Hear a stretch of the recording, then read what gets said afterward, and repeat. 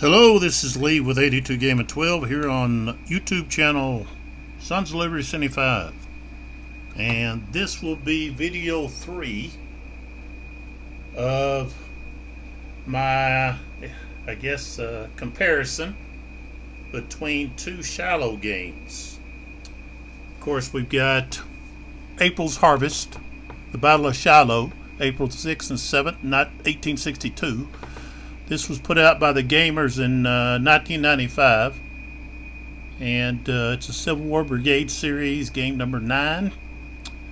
You can see there, it's the game designer is Al Wambold, series designer Dean N. Essig.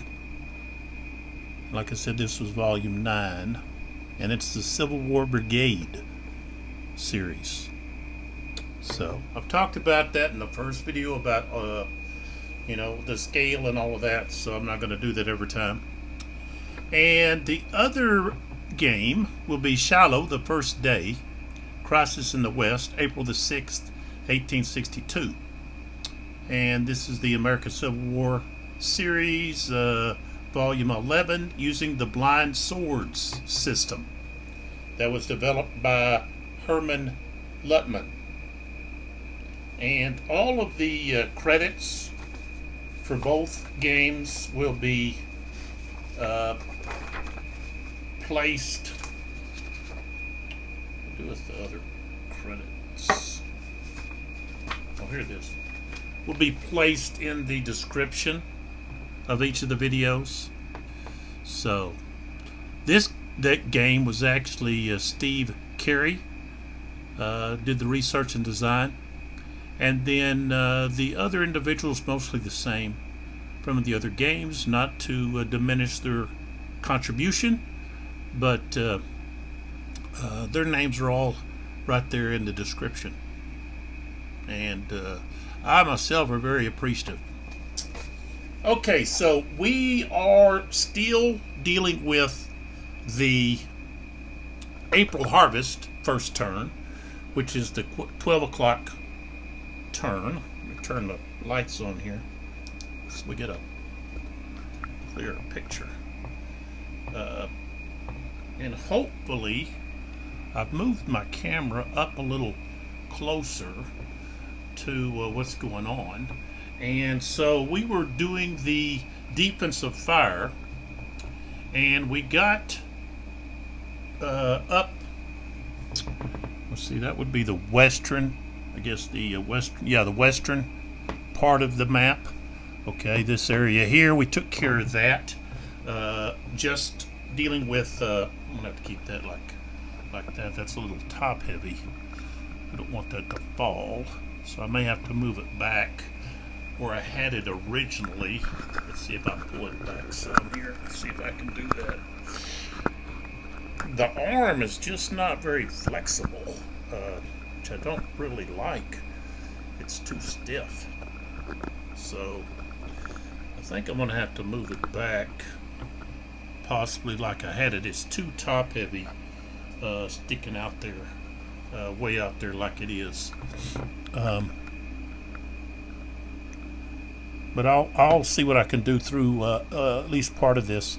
Okay, so let's finish the defensive fire for this turn. For the this is the Union turn, and so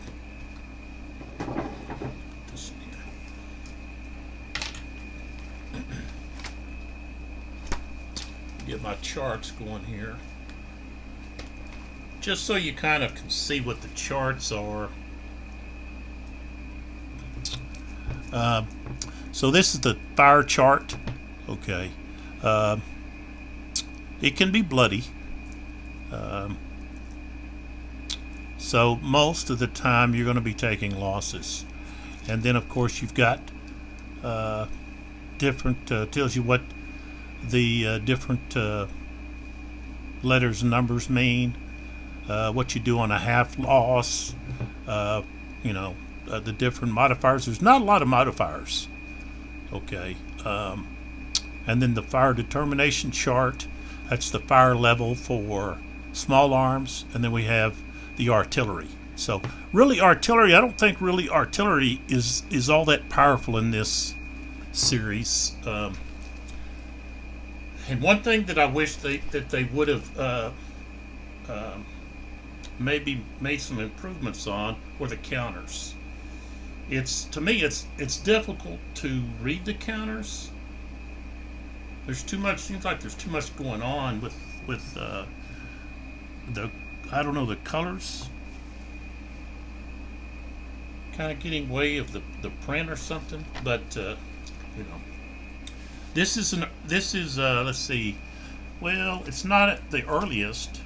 The earlier ones even I think are really kind of worse than these, but I guess the later got a little better. But the color codes could have been better in grouping the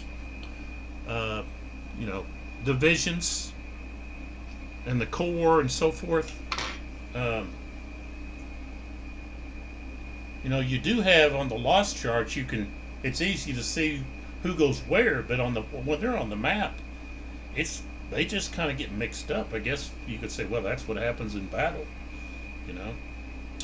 But it just takes, as a player, it takes you a while to try to, locate them on the lost chart. I had some issues in the last video of that. I'm sorry, I'm having to clean my glasses are dirty. Okay, these are my no lines. All right, so when I stopped, I think we were Stewart with Clark's division. It was his opportunity to fire. Okay, so I have to go here and find Clark on the lost chart. Okay, and I find Stewart. So just to show you how I go about doing this. And so here's Stewart, and I go across here and find what his strength is, and he's still at AA, which means I should have had him in extended line, but I don't think they were able to activate. They're not stacked with anyone, but I think I moved them. Yeah, they actually moved. I'm pretty sure. Maybe they didn't. Maybe I'd have to go back and look. But I should have. If I had moved them, I should have. Extended them. That's like putting a regiment. Basically you're splitting your division into two groups, and that allows two hexes to fire at a strength of A. You can't fire more than a strength of A out of a hex at small arms. So, okay, so he's only going to be firing at a strength of A. He could have been firing at a strength of 2 A's. Okay, so range of 1 hex is going to be 4, so he could have been up to an 8. But, okay, so 4, and of course there's not going to be any, I don't think, let's see, I don't think there's any, let's see, yeah, they're on the same level. And the levels are color-coded, which can be, with all the other stuff, in the hex, it can be a little troublesome in determining what level.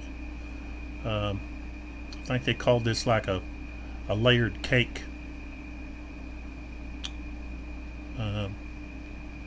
Type of mapping for war elevation.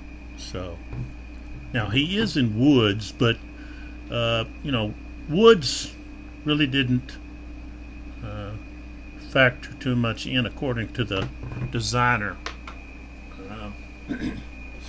He talked about how the armies would line up basically in front of the woods, actually at the edge of the woods, and that's where they would be instead of in the woods. They couldn't really be organized like they had been trained in these woods, because these woods are really they're just not a regular woods. They've got thickets, thick with thickets and so forth. So, all right, so let's roll the die here and find out what happens. Let's see. So there's not any modifiers for woods.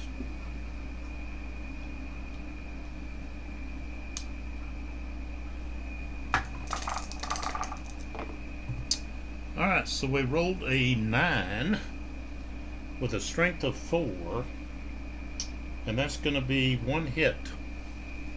So that's equivalent of 100 men. So, and we've got the leader there, so we've got to roll for the leader's Wallace there. Tuttle takes the hit.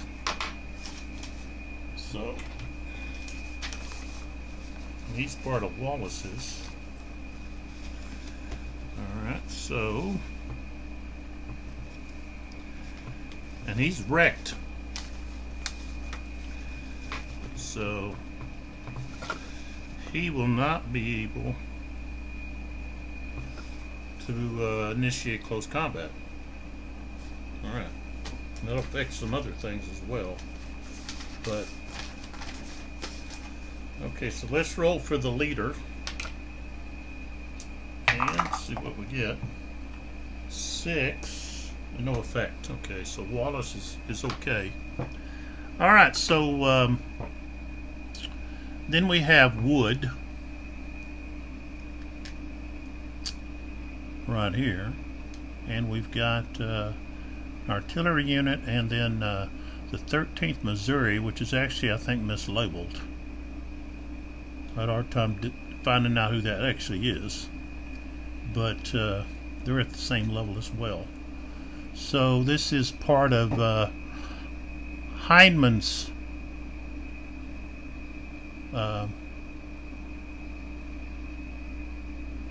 division.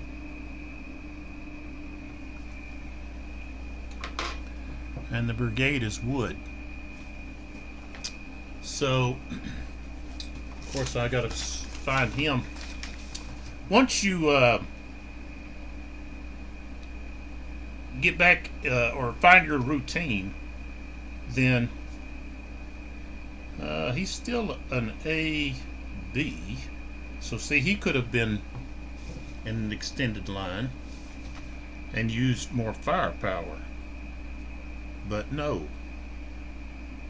That's something you need to really pay close attention to, is the size of your brigades, and get those extension markers out so that you increase your firepower. See, I'm wasting troops by having them just lined up behind. You know, only so many troops can line up, you know, across a 200 yard hex. So, okay, so he's an A, so he'll be firing with a strength of 4. I don't have any modifiers here. Let's see, I rolled a 6. Okay, so that's going to be possibly, well, it's going to be a straggler, but it could possibly be more than that. Okay, so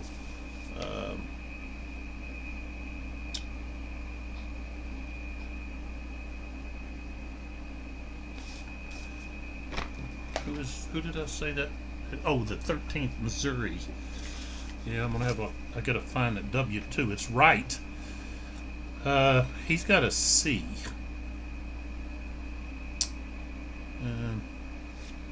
So I roll on the straggler table here. +2 if the unit is routed from a wreck brigade or fire is at night. So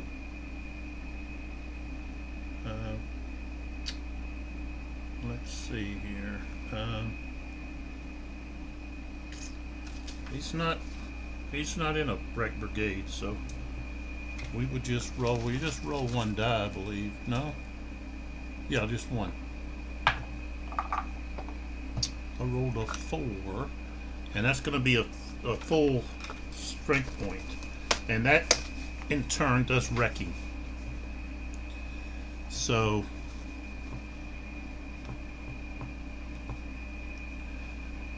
yeah, that's going to wreck another of Wallace's brigades. Now they can come out of being wrecked if they have stragglers that they can recover that'll move them away from that check.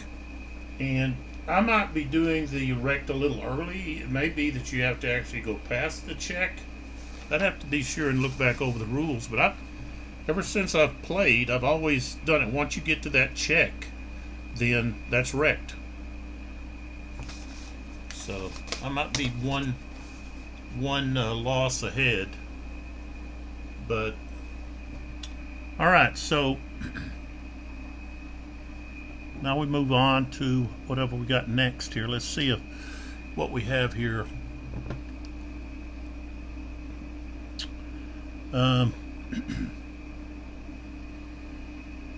What did this guy? He should be right up here. Yeah. Okay, so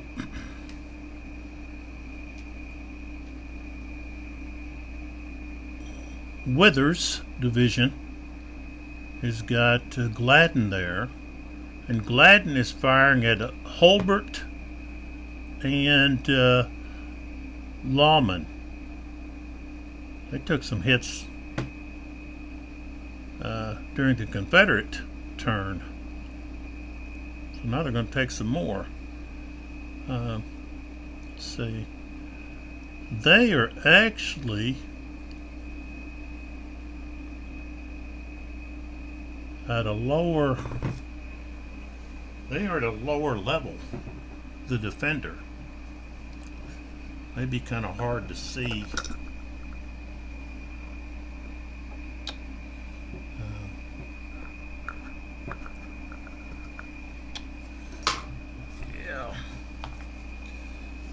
I think I may have to pull this back, 'cause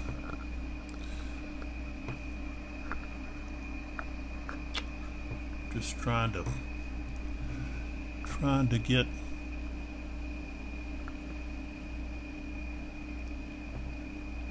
where I can close up a little bit. There we go. All right, so if we look here, Gladden is on that darker orange, while Hulbert and the Lawman are on that lighter orange, okay? So they are actually on a lower level. So they're on a higher level.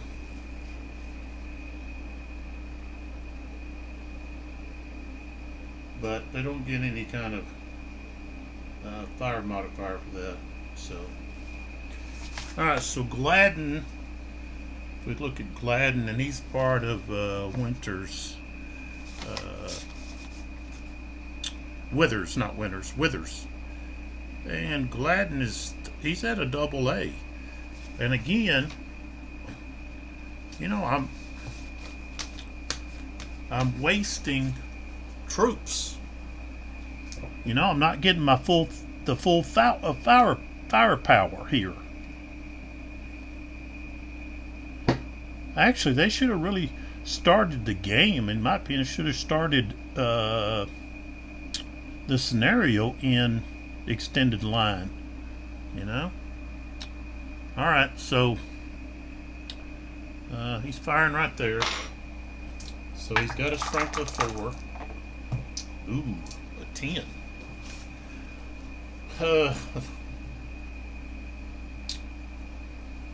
He's going to be 1.5.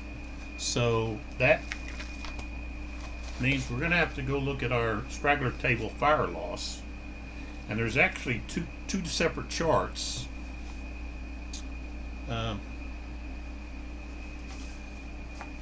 Let me see here. Lawman. See, he's with Hulbert. Okay, he's got a B. All right, so just to pull back here and See if I can get locked up in here.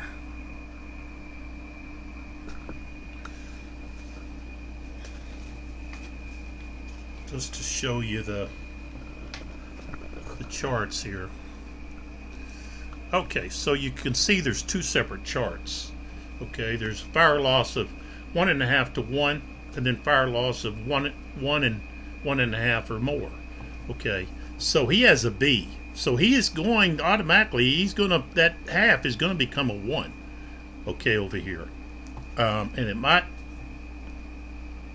even become more. So we roll 1 die.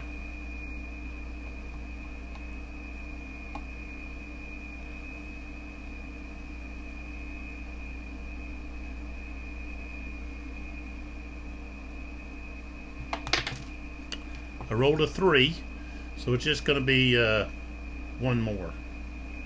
So, and what you're doing is you're either rounding up or keeping the same. So if you get a dash, that means there's no effect. It's just going to be the half straggler, or the straggler. That's what the half means, is a straggler. So he's actually taken 2 hits, and he's actually remember has extended line. So and he's already wrecked. So let's see. And he's from a wrecked brigade, so that's a +2 on the die roll. So that becomes a 5. So he's actually, that's 2 hits. Plus the one he already has, so that becomes 3. So he takes 3 hits. So what happens, you got more guys running to the rear. Okay, instead of staying to fight, they're hightailing it back. So let's see here. We've got 1, 2, 3. Okay, so his strength has gone all the way down to a B, which means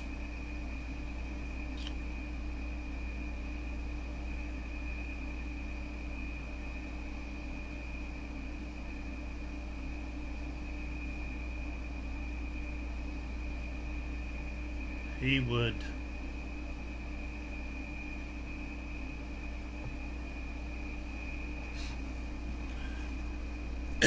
well, I guess he could still have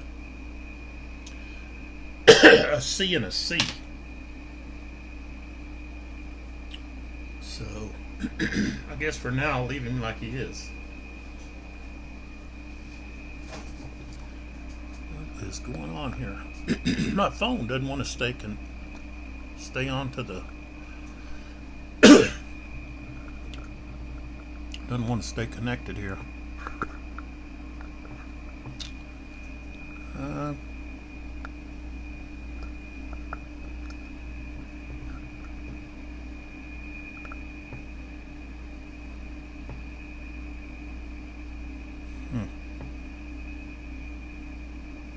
Really need to have it turned around. It's just the weight.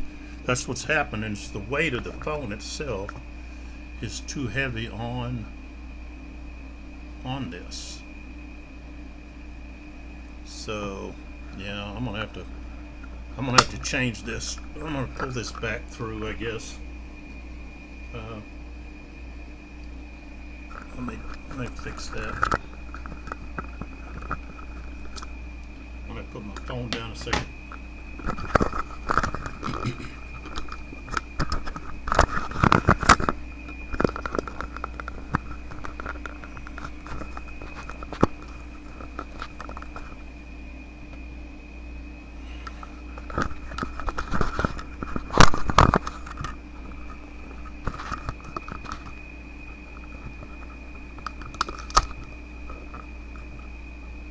See if I can fix my. There we go.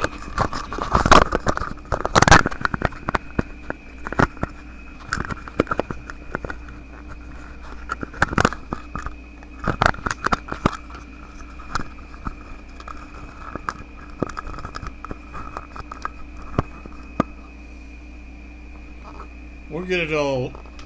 We'll get it all fixed eventually. All right. So now we move to Cheatham.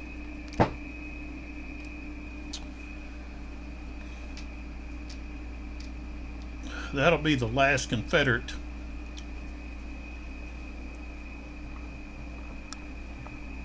fire. All right, let's see what he's firing at here. Also, I got to find out what unit we have here. And he's going to be firing, actually, he's on the lower level. It's Stevens. And he's firing up here at, okay, that Cheatham, I mean the Lawman extension. So we've got Stevens. So he's actually firing upslope, which is going to be a -1 to his, I think it's to this, is it to the strength or is it to the die roll? No, it's a column shift. Yeah, okay. Alright, so Stevens, let's see what his strength is. He's at an A, so he's going to be fired with a strength of 4. But if you see at column shift, it says a -1. So it's just not a -1 to the strength, but it shifts the column 1. So it goes from a 3-4 to a 2. Let me show you this. Okay, so he's at a 3-4. Okay, but because of the upslope or extreme slope, then let's see about the extreme slope. Maybe it doesn't affect. I'd have to look to see how. I don't think I don't think it's extreme. I don't even think it's considered. There's a change of slope, but it's not. Let me show you, like, okay, see all this looks like dirt or something here along the edge here. Okay, now that's a symbol of a slope. Okay, see if I can find a steep slope.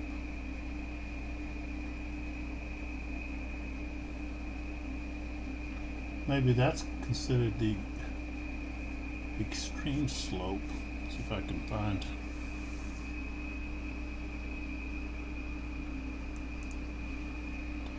I never did really like the terrain key that they provided. To me, it always seemed to leave stuff out.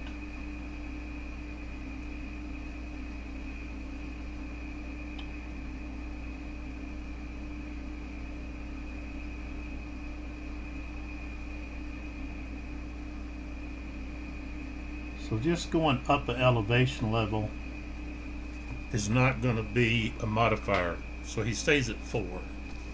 And that, well, I didn't have to affect the other side. The other combat wasn't affected. So he's going to have a strength of 4. I roll a 6, becomes a half.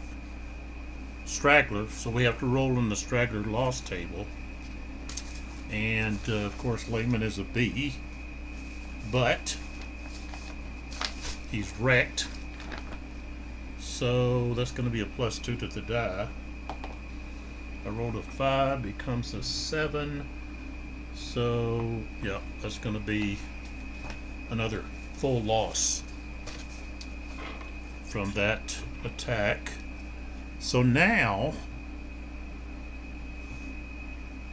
Lawman is one more loss of being a C, which means he would have to consolidate his detachment. So, all right. So now let's let's go to the Union. And what I'll do is I'll just stay here and go back across the battlefield to make it a lot easier. Well, hold on. I've got a couple more here. Okay. I've got Jackson. Okay, here.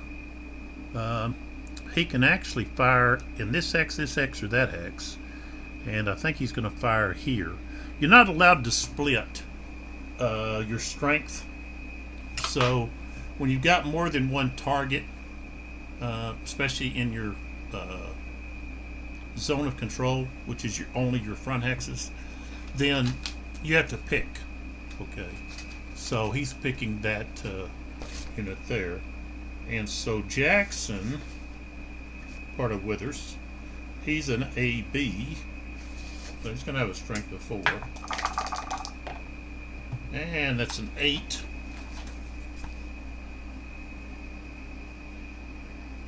Okay, that's a full strength point loss on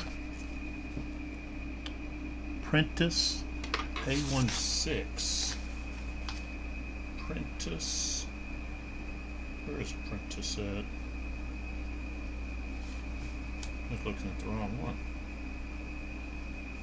Okay. A16, that's Allen. So he takes a hit. So he's actually dropping down to a B. Okay.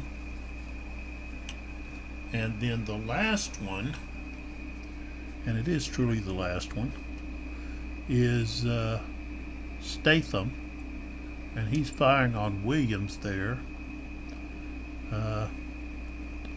And they're both, well, he's shaken.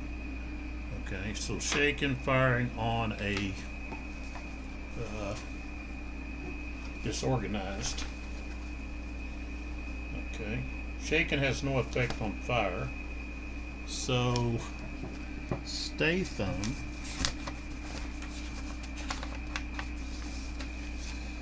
oh, I can get rid of that one. I don't need that one. That's just getting in my way.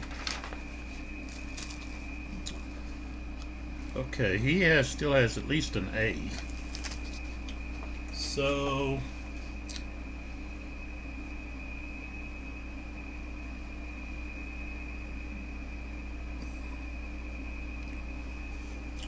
now, since the target is disorganized, we get to have a column shift twice to the right. So instead of being at a 4, we're going up to an 8. And I rolled an 8. That's 1.5. And Williams,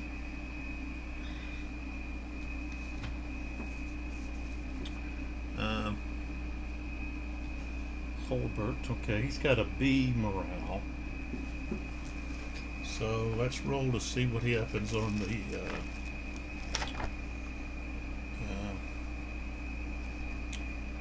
get a +1, so that's a 7, and so that's going to be three more losses. So it's for a total of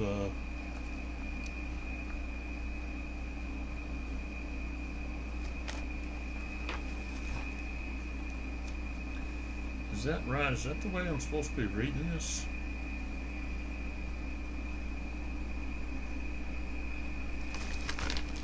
Maybe I'm doing that. Maybe I'm reading that wrong.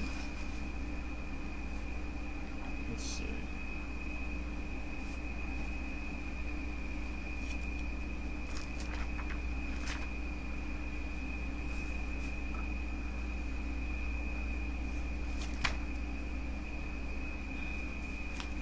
Go over here and look at the losses here.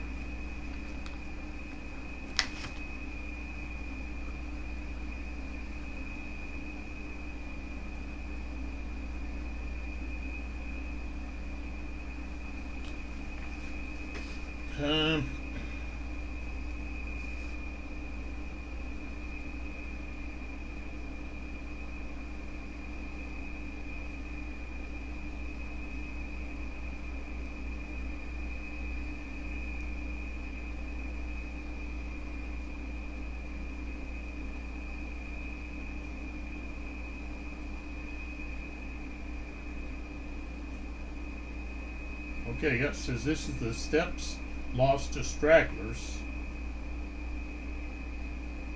Okay, so I should be marking straggler losses.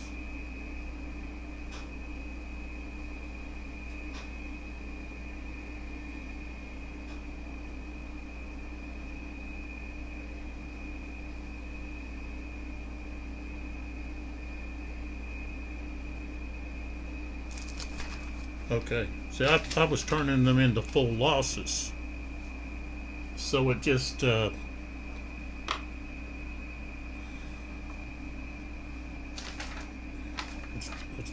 saying that that's the number of straggler losses. Cross-index a modified roll result with a correct morale. The result is the steps lost to stragglers.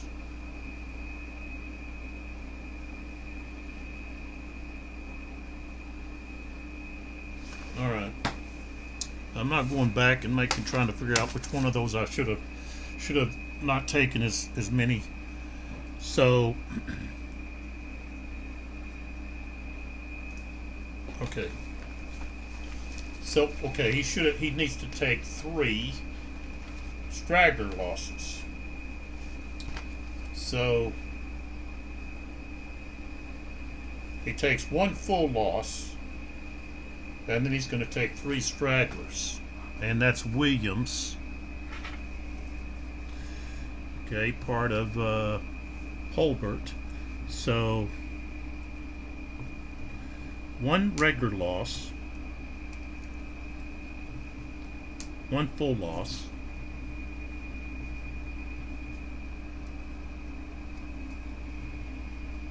And then 3 stragglers is going to put him over the edge. Okay, and that wrecks him, and now Holbert's division is wrecked. So yeah, I don't know. I need to look to see when a unit is wrecked. I would think that they would be forced to retreat somehow. You know, automatic, like a two hex retreat or something. But I don't remember reading that. Let's see if I can find what talks about. Let's see, maybe I can find it in the index here real quick. Wreck brigades.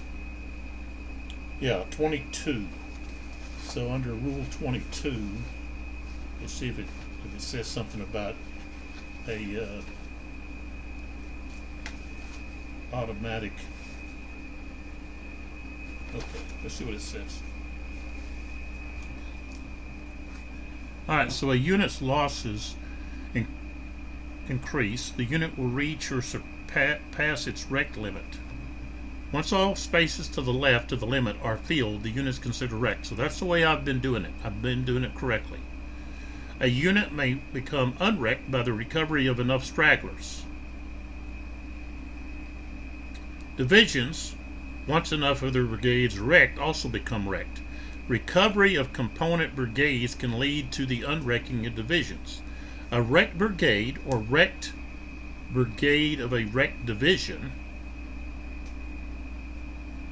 differs from regular units in that it has additional morale and straggler modifiers.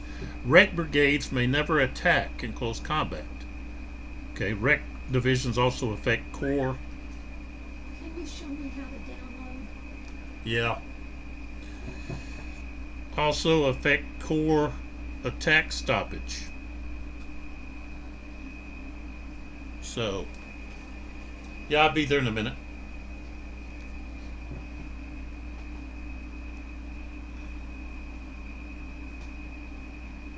So it doesn't say anything about having to retreat at the moment that they become wrecked. So, sure there was some kind of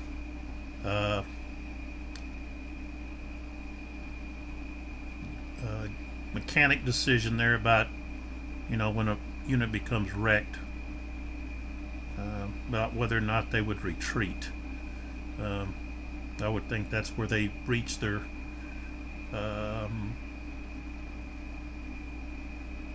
their morale is broken, and they would turn and run.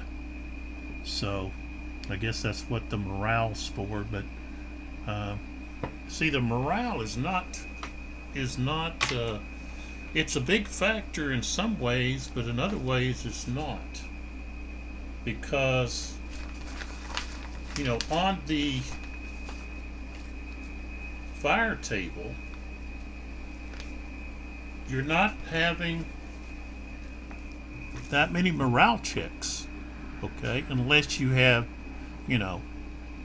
not very much fire strength, fire points, okay, and you roll low.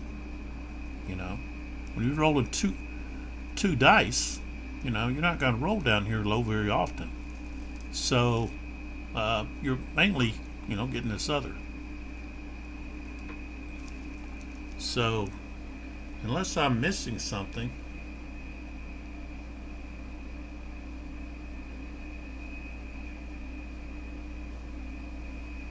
well, I guess I am.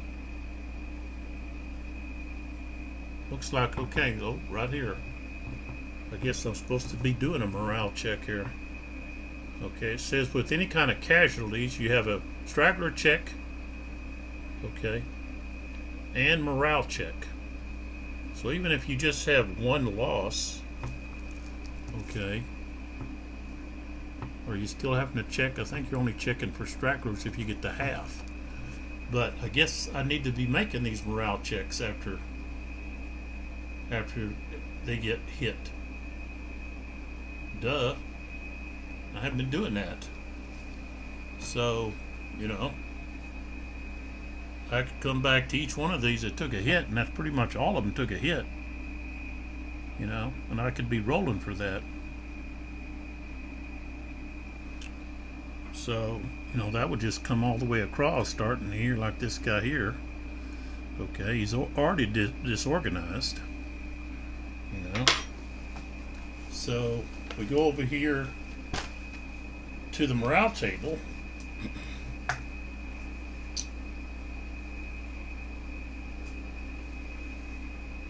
Alright, and let's see what we got here. Disorganized, we got 3. That's an adjustment of 3, so we're going to go down 3. It's wrecked, so we're going to go down another 4.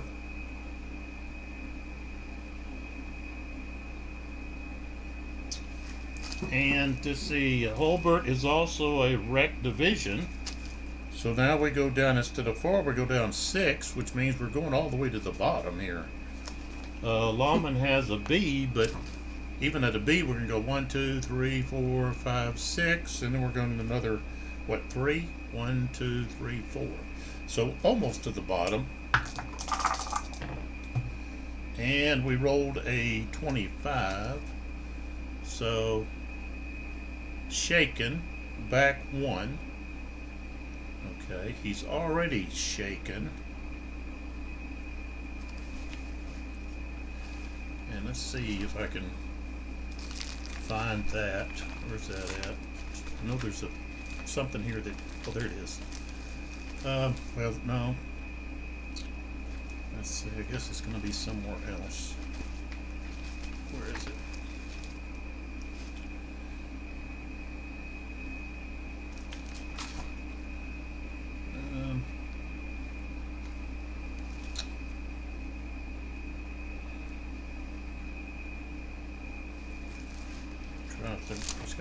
It's got to be here on the. I thought it was on the table here. So if you're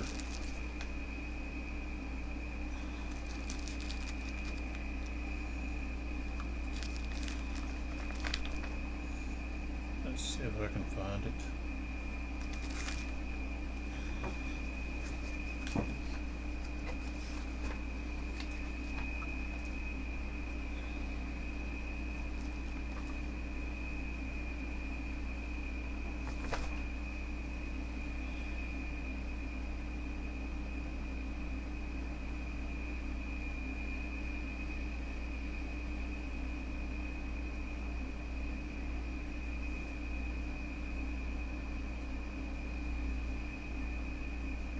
Okay, so if a I found it. Additive effects. So if a disorganized unit, which is this unit, okay, he is disorganized. Okay.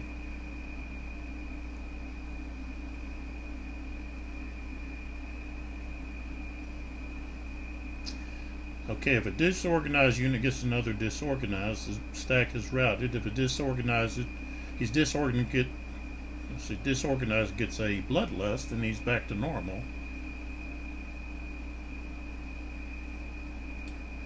Okay, if he's just shaken, it's just a shake, and he just still stays disorganized. But because of the what he rolled here, he's got to go back one. So this is where he would be forced back, and of course they can then advance in. Okay, and then let's roll. We got to roll for this one here because he took losses. Okay, now he is part of Prentice, and Prentice, they're not wrecked or anything. Okay, he's not disorganized or anything, and he has he's got a C, and he rolled a 34, so he no effect.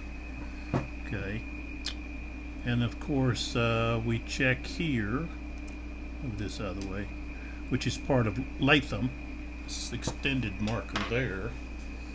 And of course, they are part of a wrecked.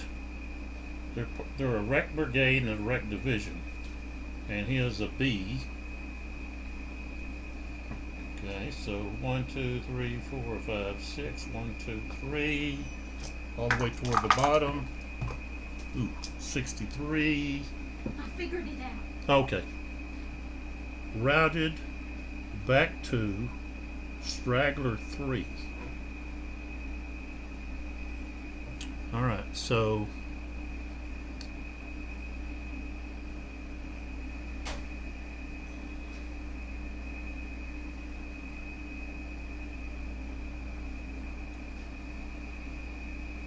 that's going to just cause both of those units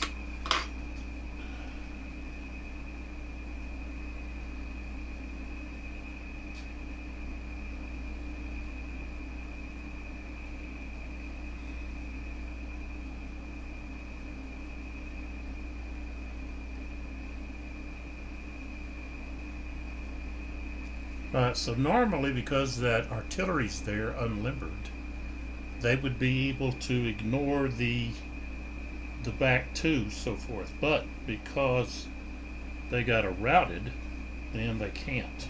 And the artillery must limber and retreat with a roll on the loss of guns table. So first off, what we have is we're going to have that detachment is going to be gone. Okay, and we've got to take 3 stragglers from Lawman, and they become routed and are going to retreat 2. Let's see.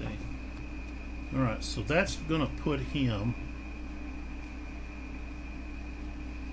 where he only has 1 box left, which is 100 men. Yeah, 100 men. But he's got 1, 2, 3, 4, 5, 6, 7, 800 men of stragglers. So, and he's routed, so we have to pull out the routed.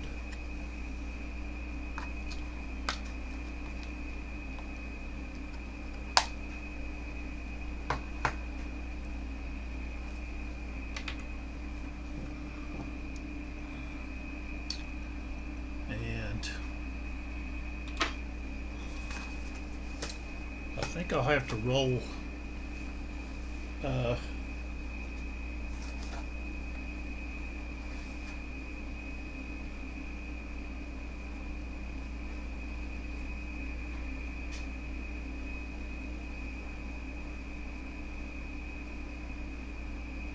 I guess I don't have to roll. Now, if and Holbert's going to have to go back with them. So I got to roll for those guns too. Let me roll for the loss of the guns. Okay, I rolled a 1, so maybe they don't lose any. Okay, so they don't lose any of their guns, but they become limbered. And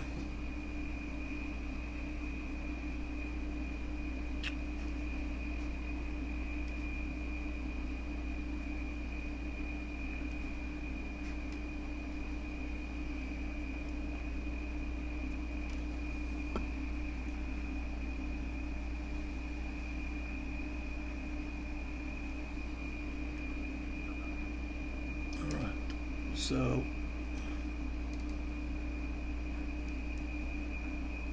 these are going to move here and here, so they're in here with these guys now.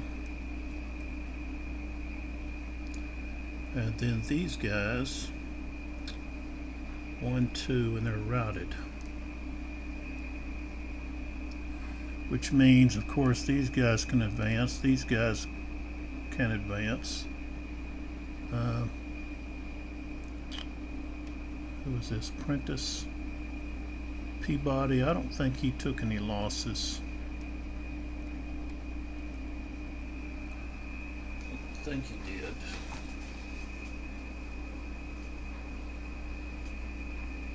No. And then let's see if over here they took any losses. Tuttle did. Remember, he took some losses because he became wrecked. And Wright did too, which is under here. So both of these guys have to roll. We'll start with Wright. Right here with those guns. Let's see. Because he became wrecked. So he's got a morale of C. I know there was something here that wasn't right about some of this retreat stuff. So, alright, and his division is wrecked, so we're going 6. 1, 2, 3, 4, 5, 6, and then 1, 2, yeah. So he's at the very bottom of the chart. 65. Routed back to 3 stragglers, and that might actually take him out. Yep, it does. So, Wright is going to be removed. Those guns have to roll, so I'll put him over here for now. So I have to roll for the guns. No loss, but they do have to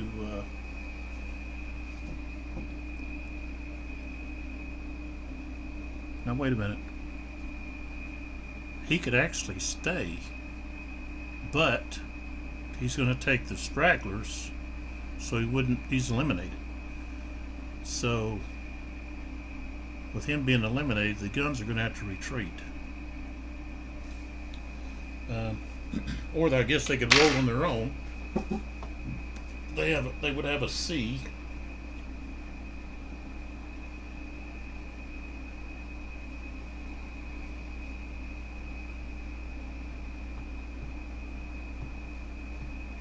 No, that was a routed result. So no, they have to leave. Those guns cannot stay.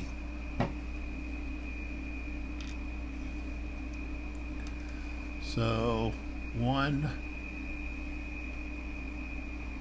2, right? 2. So they go to there. This guy comes in, and then Tuttle here. And I should have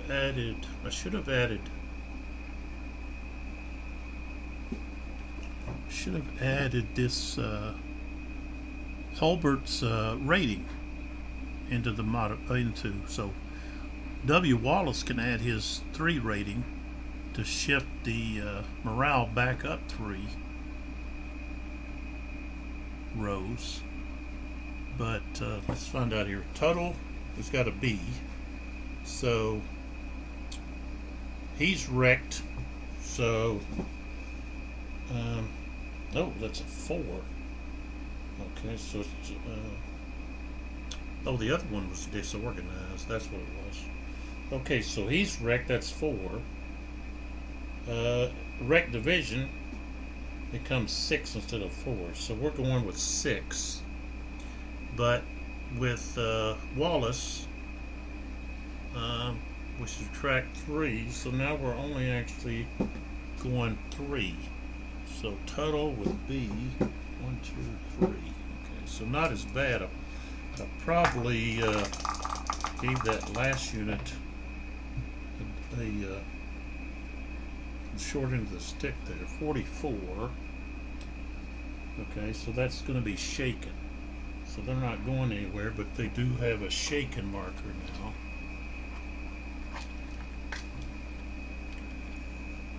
Okay.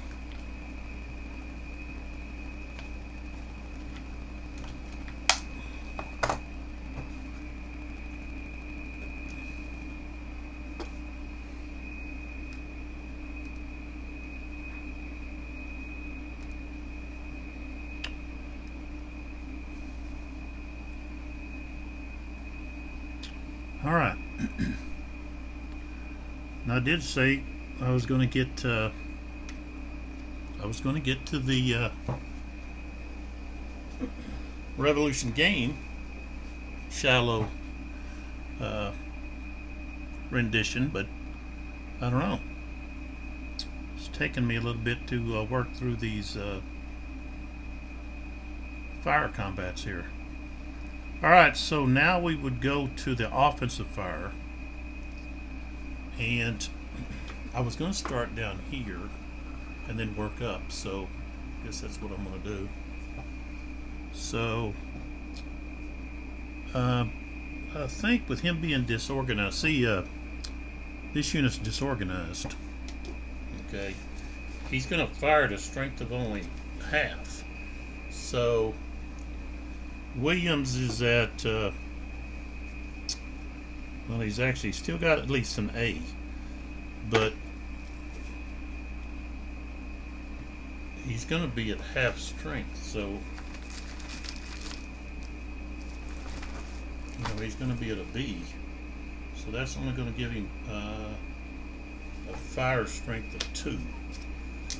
Okay.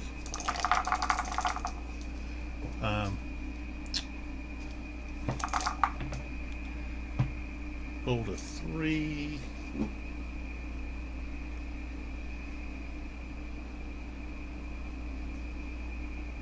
Okay, morale check.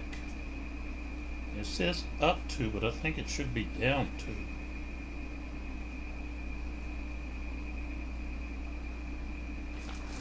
Why would you go up?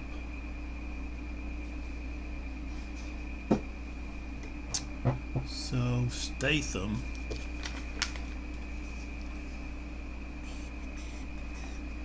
has a B, and we're going to go down to there. Roll to 26. No effect.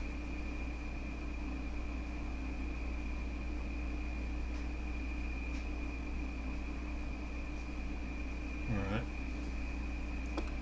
Now we move to the next one here. And we've got actually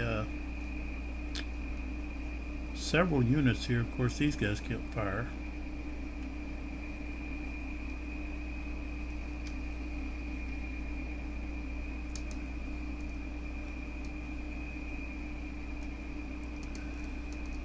Okay. So actually, this guy's firing, and this guy can fire. So they would total their strengths.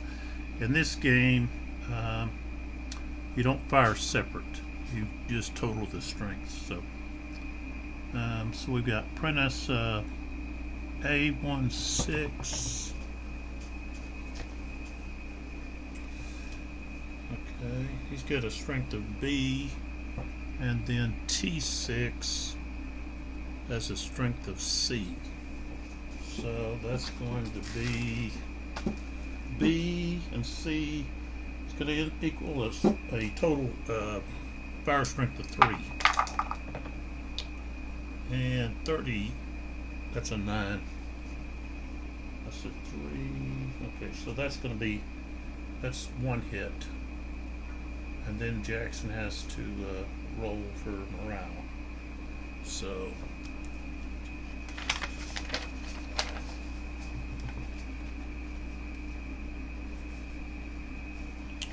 alright.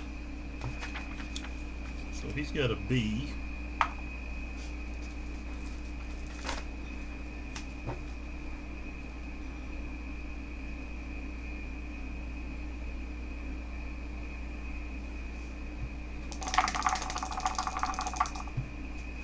Okay.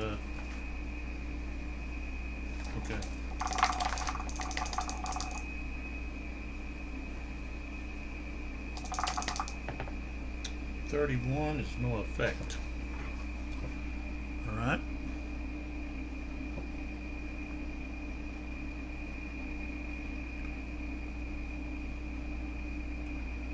So here, Peabody is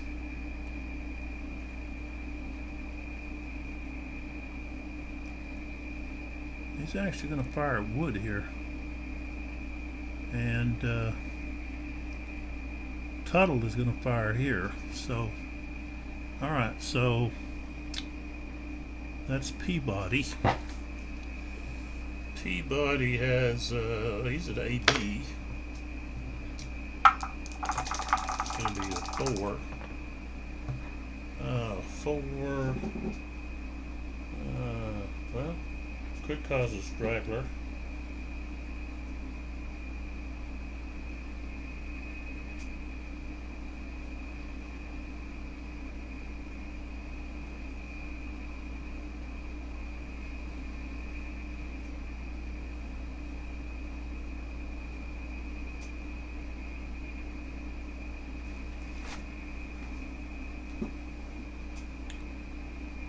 So, Wood, let's see, Wood has strength, morale of B.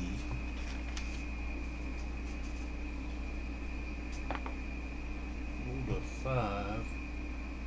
So this is going to be a straggler for Wood.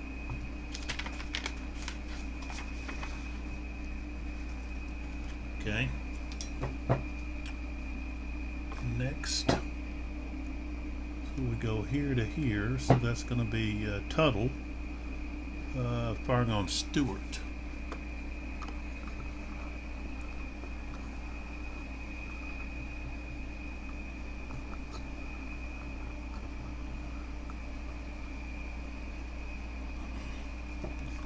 And I'll move this a little bit, move the leader over.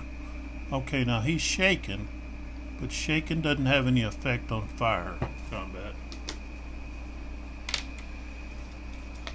So Tuttle, now he's still at an A strength. So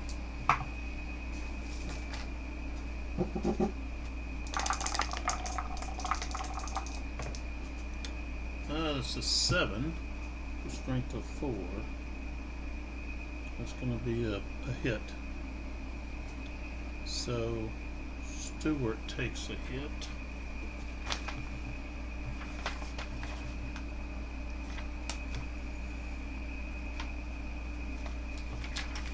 And now he's got to roll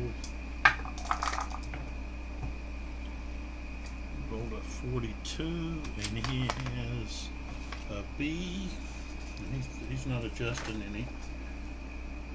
Okay, no effect. All right.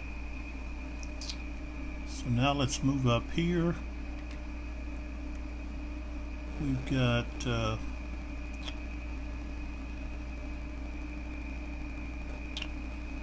guy can't fire at anybody. Okay, we got the cap. Let me slide over. We got to slide over and up here. There we go. Okay, so we're firing at Polk here.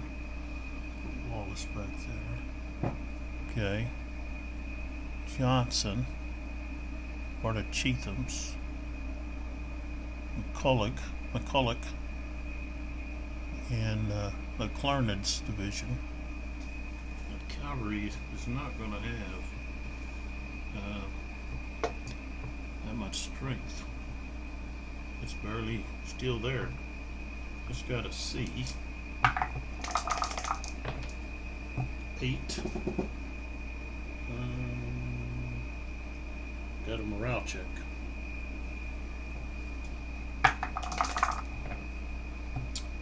Oh, might get a bloodlust. Johnson. He's got a B.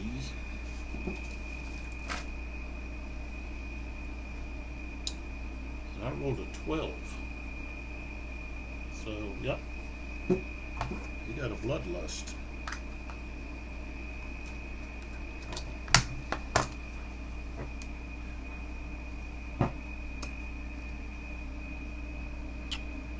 Just put it in here with Clark.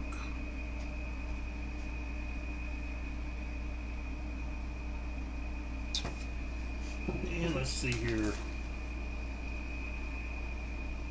Okay, you only have to roll for the leaders if the stack takes a hit, casualty. So,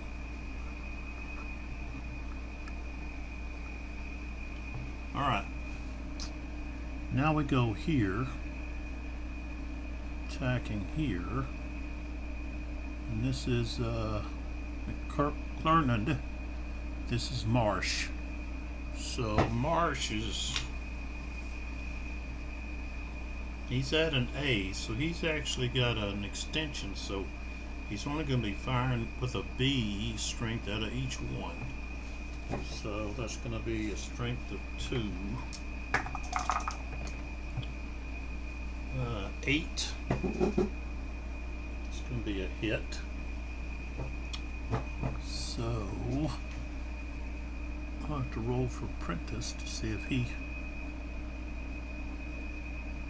takes a hit. That's Anderson. Mr. Anderson. Anybody know what movie that's from? It's Rubles guy. No, he's wrecked. Uh-oh. Alright, so Anderson's wrecked. Okay, so let's roll for the leader.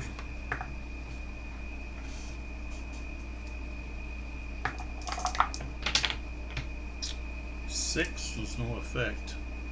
But then we have a wrecked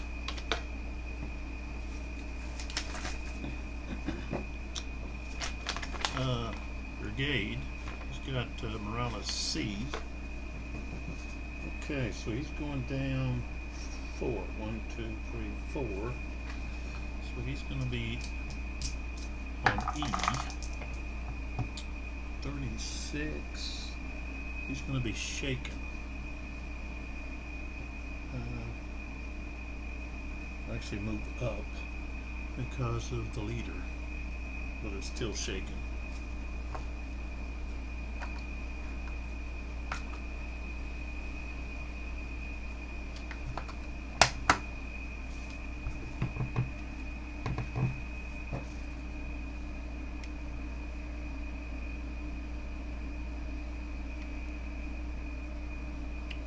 Okay, then we go here. Okay, that's the extension, and that's pond he's firing at. So again, we have a strength of B, which is 2, 5. It's a morale hit. down one. And might be another bloodlust. C. No, it's not. It's just going to be no effect. Okay. And then the last one. Let's see. Okay, are going to be both of these guys. Okay, which is McDowell, part of Sherman's, with his extension. Okay. So together, they're going to have a strength of A, so okay, strength of 4. That's an 11. That would be pretty good. Okay, so 1.5. So that's going to be... Well, actually, I think I was supposed to be rolling for the whether or not the half goes up. That doesn't. So,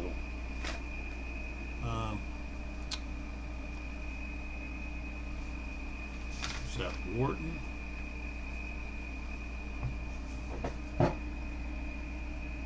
Yeah, W Cavalry.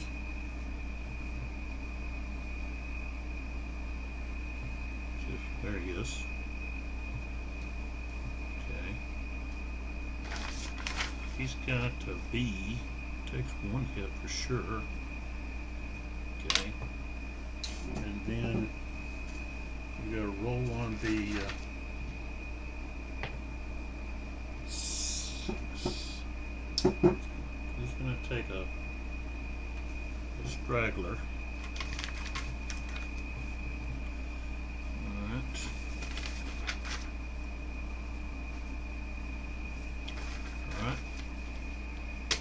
He's got to roll for his morale.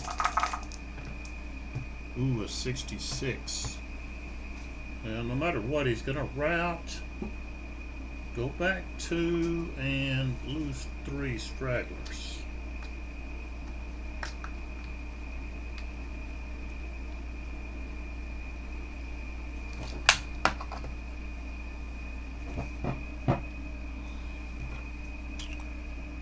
All right, so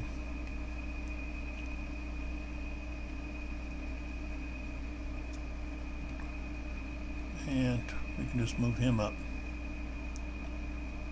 into that spot. And he has to take 3 stragglers. And that, well, he's independent, but he's wrecked.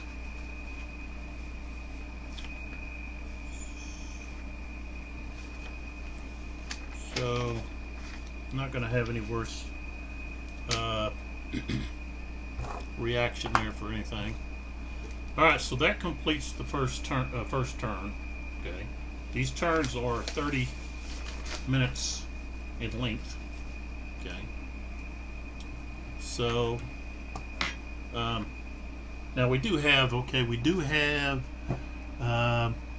some of these units. We do have the Union recovery phase, and let me see here.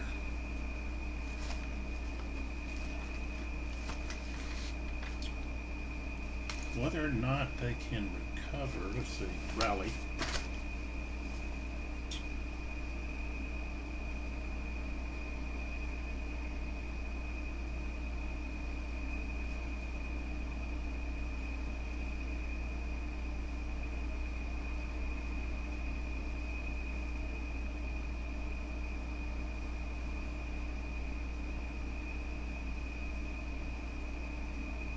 Okay.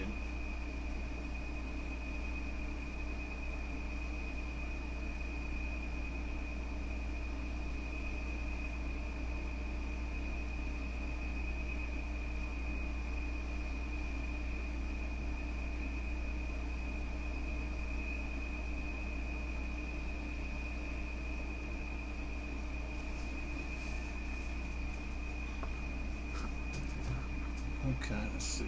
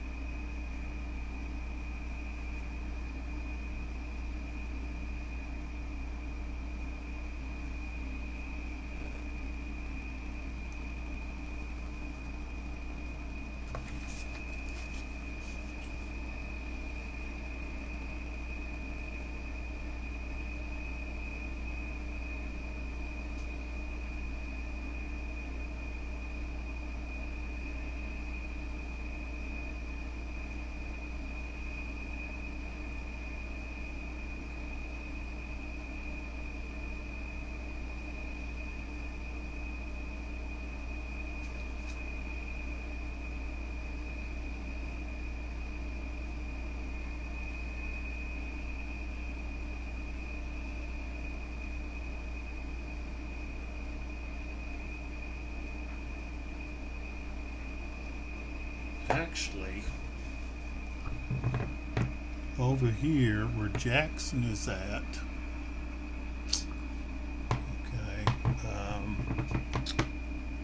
this unit here should have, because this unit routed through him, so he should have been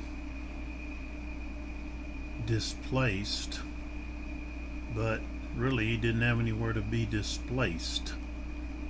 I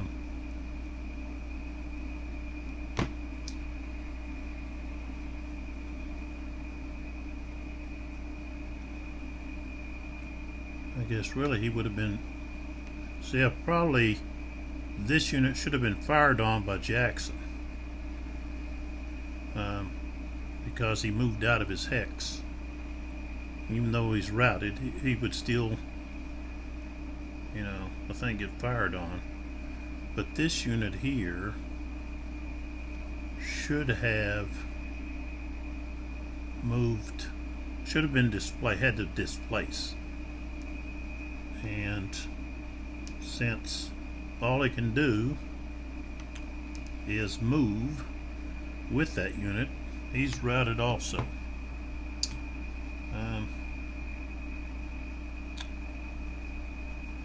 Let's see. Okay. See if there's anything else.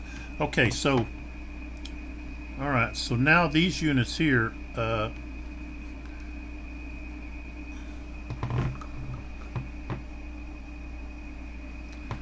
okay, so Williams was disorganized, but during the rally phase, he gets to recover to shaken. Okay, same thing here. Cover to shaken. This one's no longer shaken. Those guys, I think they have to continue to retreat until they're at least 6 hexes away, right?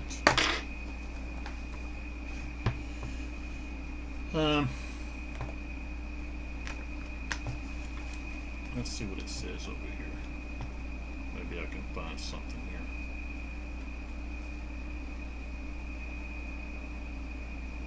(24) 1B. 24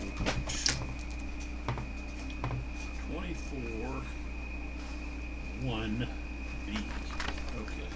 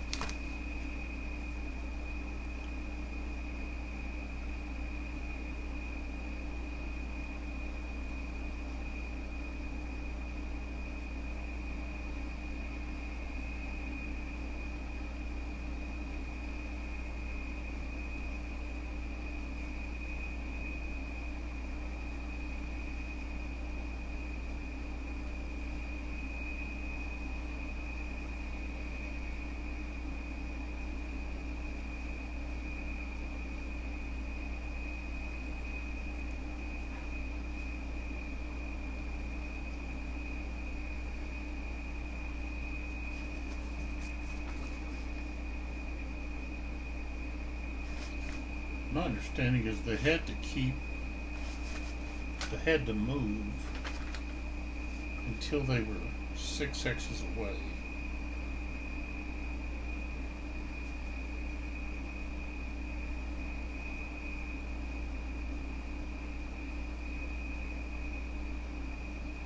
Okay, so I guess they can attempt to rally no matter where they're at. Alright, so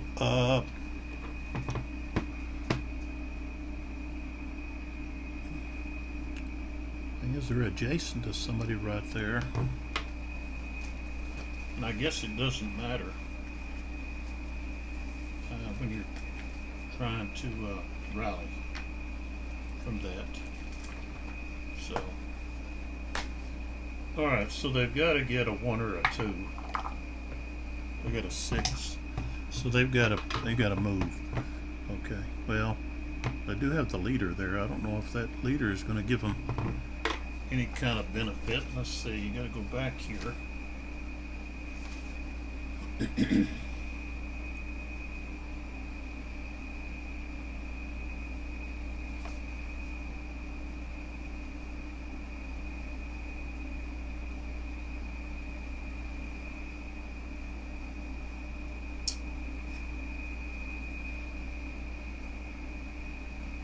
It didn't say the leader is going to give them any kind of benefit.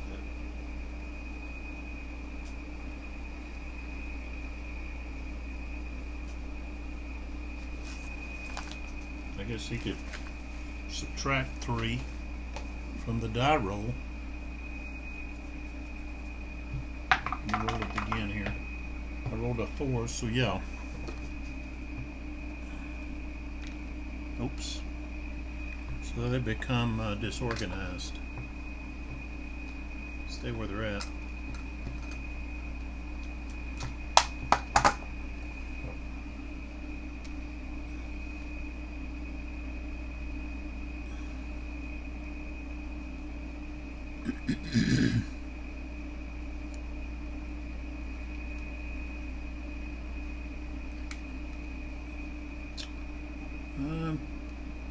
Let's see. I don't think, yeah, there's not any other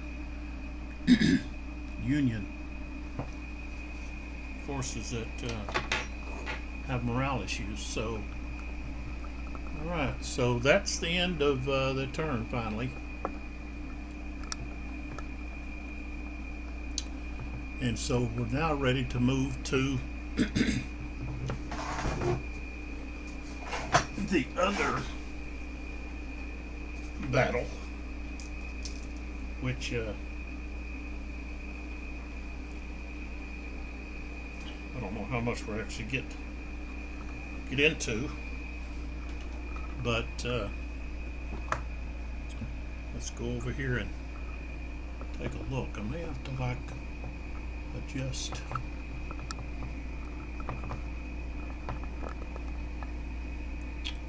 With what I'm seeing and so forth, like so. All right.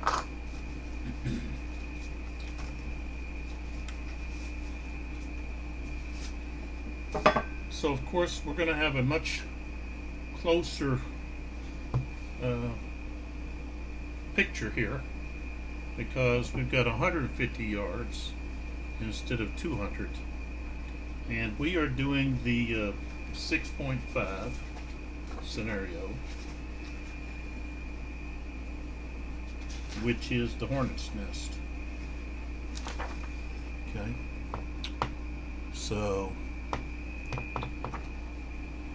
it begins at 12 p.m. and ends on 3:30 p.m. Alright, so this tells us what the available Union chits are, the available Confederate chits, all of the leader chits that go in the draw cup, how many random chits each side gets, the key chit that each gets, and so forth. And I've already got all of the units set up. We got to remember to start rolling for Johnson's casualty at 2 p.m. And just some scenario reminders that we have here. That was nice of them, I guess, because of all the scenarios. Okay. So the 50th Illinois is attached to MacArthur's brigade. Crescent and the 38th Tennessee are attached from Pond to Anderson. Miller's brigade is already wrecked, which means they can't activate. Johnson was killed around 2:30, so we've got to start making rolls. And Prentice becomes the CIC.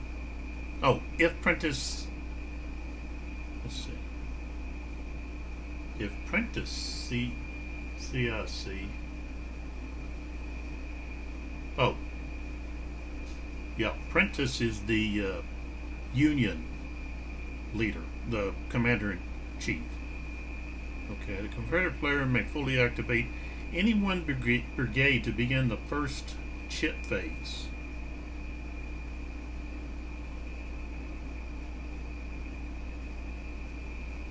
I guess that's each turn.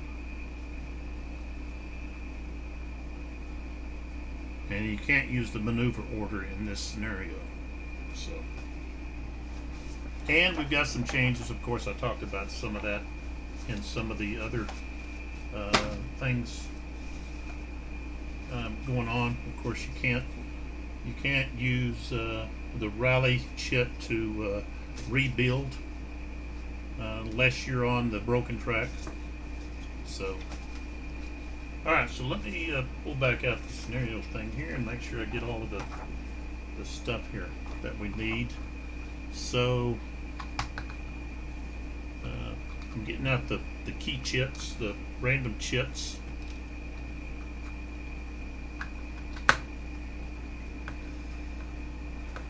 Another thing that happened in this battle that happened also at Bull Run was the friendly fire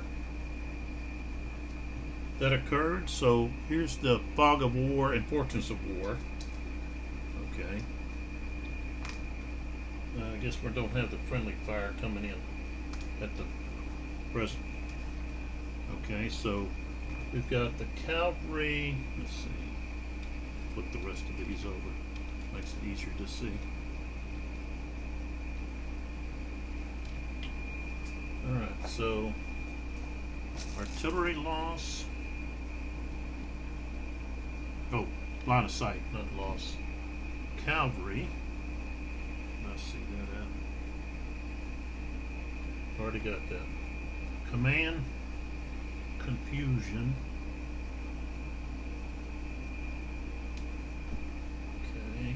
Fallen horses. Firefight. Inspired leadership and rally. Which means they don't get the rebel yell.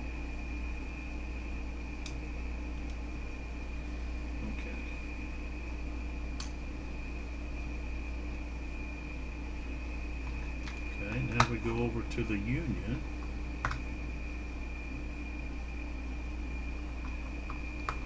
And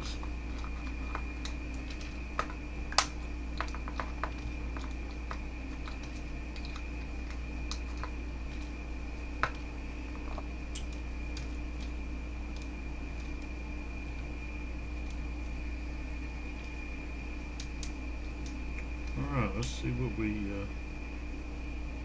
have here. Of course, we have rally, command confusion,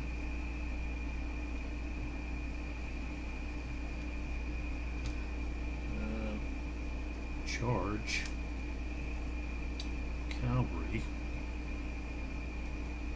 artillery line of sight, firefight,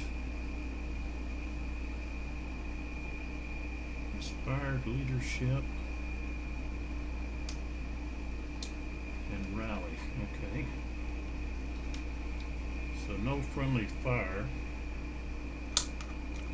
It's even been theorized that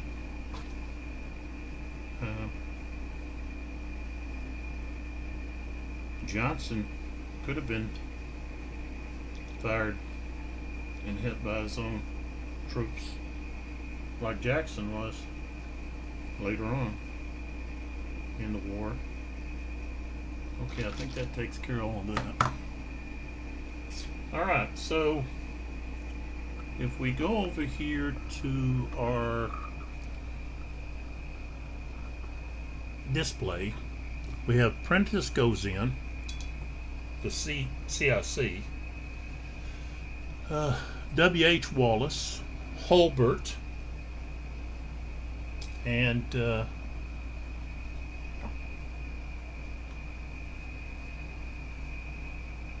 Stewart.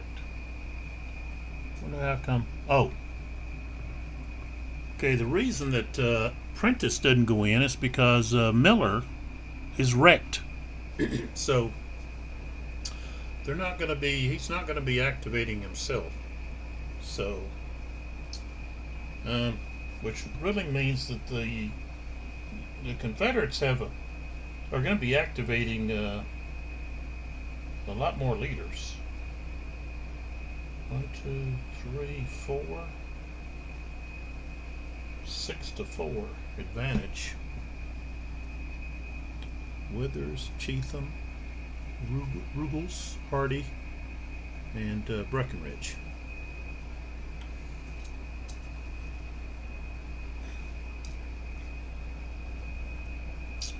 All right, and then we pull back to see about this here. So, okay, the Confederates get 1 key chip, and the Union get 1. So we've got some new ones here: fallen horses, cavalry, rally, firefight. Same thing over here.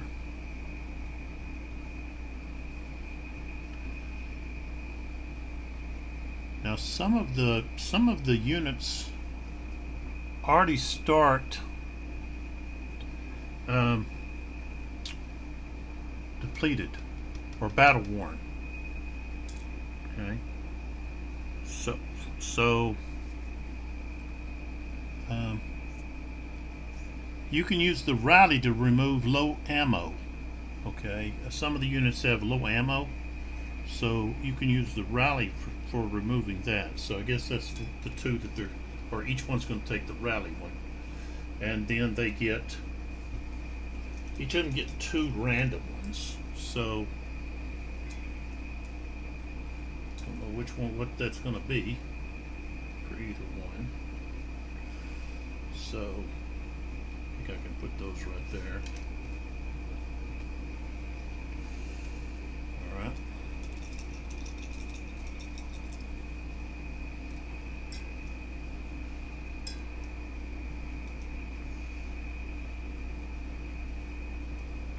All right.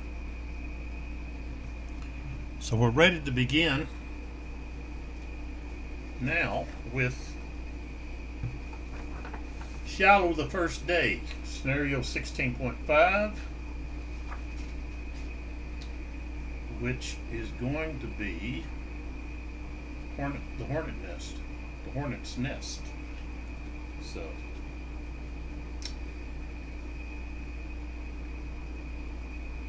okay, so it says here, before seating the cup to begin play, the Confederate player may secretly hold back one of his leader chips. After the opening artillery phase is over, to begin the first chip draw phase, the Confederate player uses the held back leader to fully activate, no die roll needed, one of his brigades with an attack order. After the activation, place the leader into the draw cup if he has another brigade. Then continue the chip draw phase normally.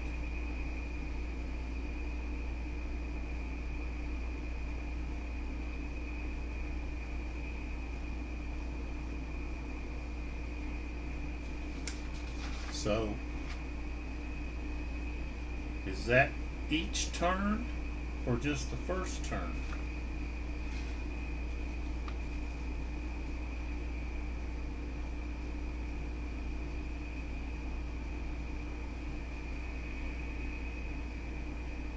It looks like it just says before seating the cup to begin play. So that to me that means that it's just the first turn. So who would I want to activate if I'm the Confederate player? Who? Let's see here. We got Chalmers down here, and then up there.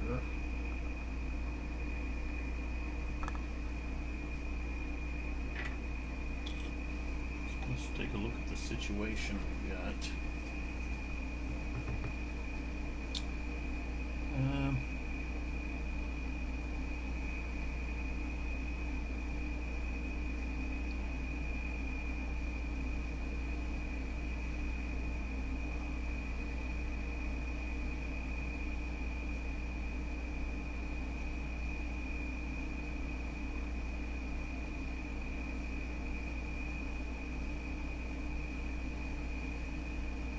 think maybe Chalmers, but he's maybe Jackson.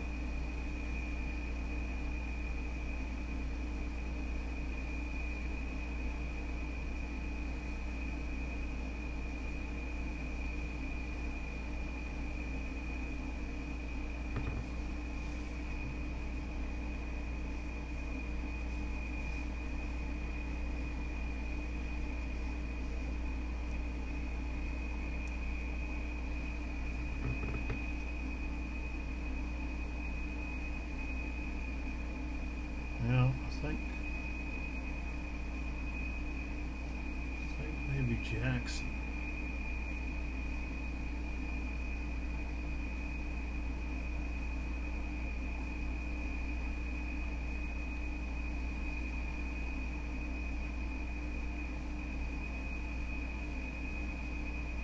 Chalmers, I don't think he's gonna be able to get there. If we look at the terrain charts here, the dense wood is going to cost them 3, and they only get 4. No. Oh wow. Wow, they get more movement here. Yeah.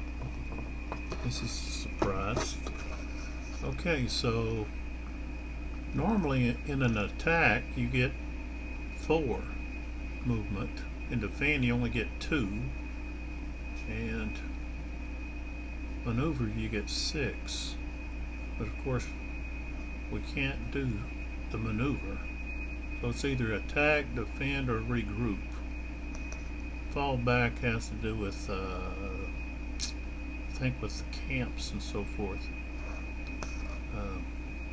So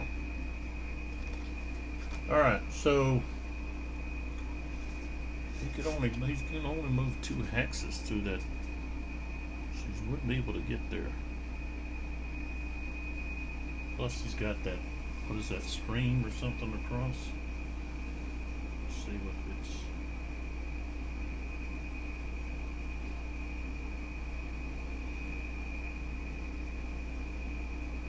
Yeah, that's a +1. So, yeah, this stream here, of course this can't be crossed, but this can. That's a +1. So, I think I'll do Jackson. So, I don't need to worry about getting that out of the cup. That's going to be Withers. So Jackson, I'm going to go ahead and activate him.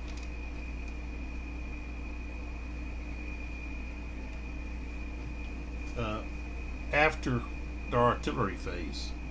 So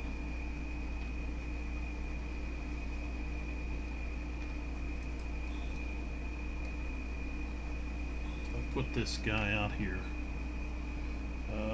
just so I remember. That's what I'm doing. Alright, so the Union get to do artillery first. And something that's new in this volume is artillery can be in woods and they can fire out of woods, but only 3 strength can fire out of a wood hex. So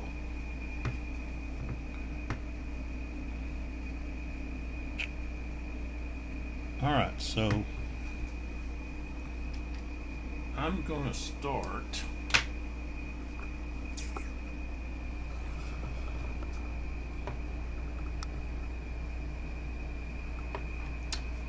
by firing man here, smooth bore right here. Now he's going to be out in the open, okay, and they're at the same level. No, Let's see, he's at a 4. Oops.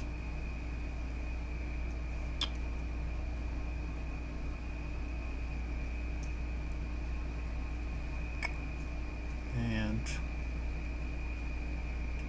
I guess he's at a 4 too, so at the same level. But there's no blocking terrain there. So he's firing at the 7th Kentucky. And strength of 3. No adjustments. So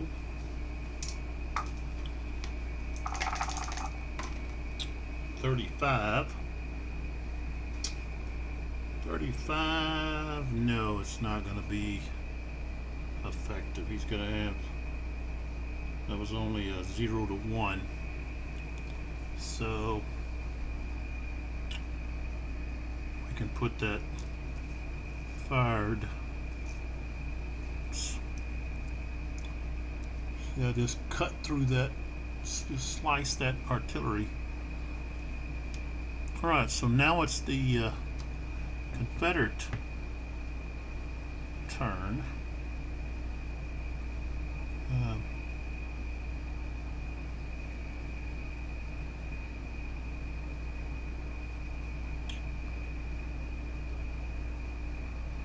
One of the tricky things is going to be, of course, this guy is high, but he's back.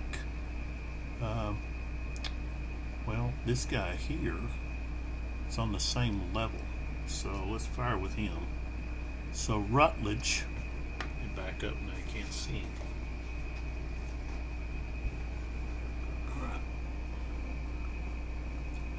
Rutledge is going to fire here on Williams. Okay, they're on the same level. This one here is at a lower level, so he's behind this. He's at a lower level. Okay. And what am I doing? I didn't even include, okay, he was firing at a range of 2. Okay, 1, 2, so that would have been canister. So that would have been 1. Okay, so actually he would have been at a 4, but even then, that still wouldn't have done anything. But I got to remember to start adding everything up. Okay. Alright, so that's 2 hexes. But again, this unit is in those woods. Okay. And yeah, it's just defined as light woods, or just woods. So 3, half of that is 1.5, so it's just going to be 4, strength of 4.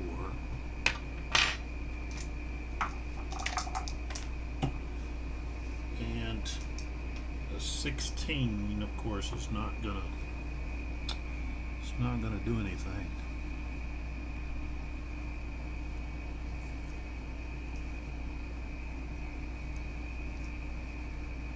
And it really doesn't do you any good to stack in woods, because no matter how much you stack, you're not going to get but 3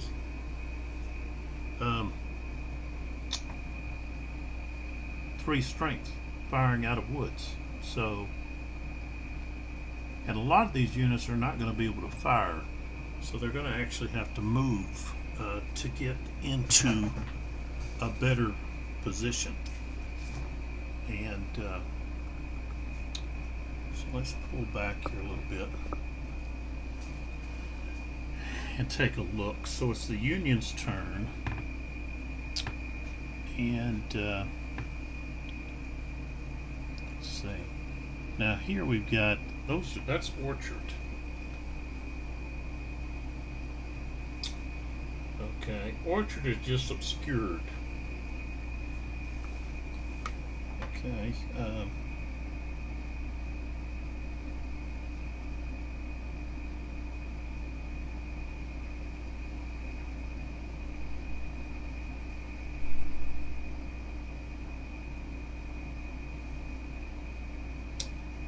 The other thing is I should have adjusted the canister. The smoothbore should have been adjusted. It still wouldn't have been enough. So you got to remember to look at all of the modifiers. All right, so of course both of these guys can't fire. That these woods block their line of sight. Same thing here. Well, let's see, maybe not this one. He's at a higher level. This woods would block his sight, but this woods here doesn't. So let's pull in there and take a look at that. So Welker here can fire here. That unit. They're both at on the same level. This unit is a lower level, so we're just firing over. Now, the one thing that would blocking his line of sight is this. This is woods, so you can't. And firing here to there.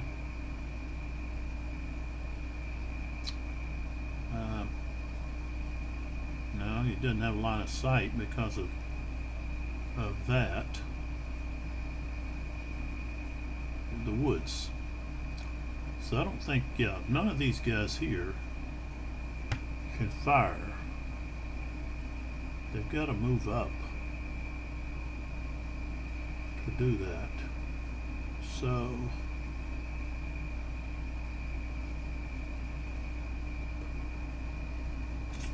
I need to find clear terrain.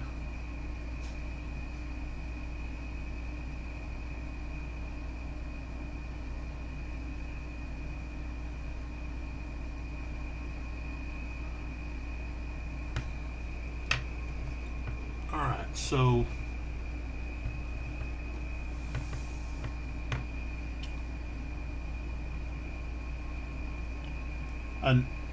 another thing has to do with being able to move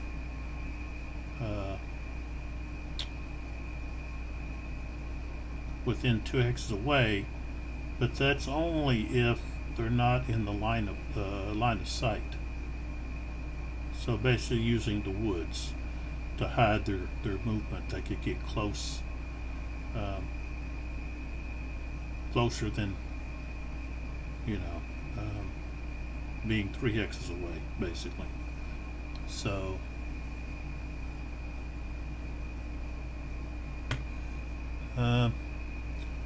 really the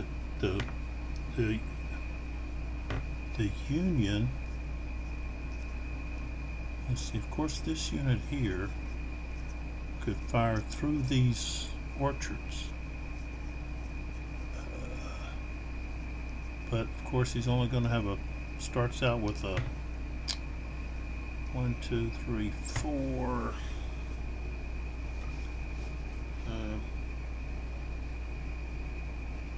It's effective, but firing through an orchard is going to be a shift to the left, which now puts him at 2, which is not going to make it easy to get any kind of hit. So they're both on the same level. So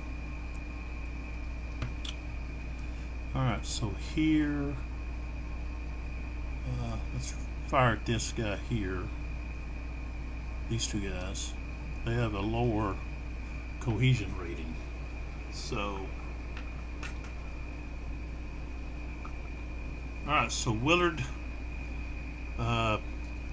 is in woods, so he only has a strength of 3. He's firing through these orchards. That's a shift to the left once. Okay, so he goes from a strength of 3 down to a 2. He's at effective range.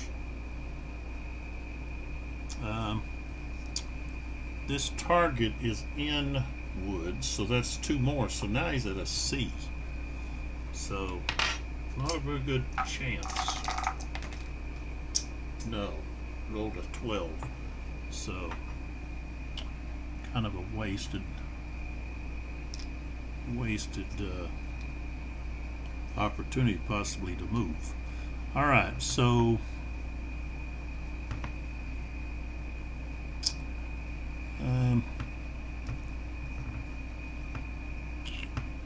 all right, so here we have Hudson,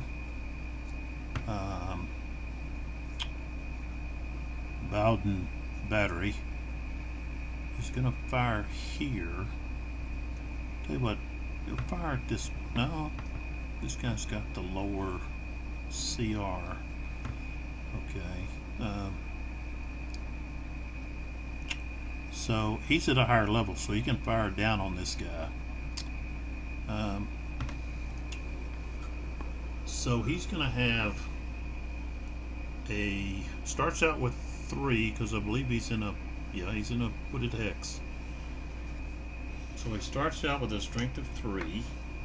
Target is in woods or dense woods, so he goes down to a 1. He's firing over dense woods.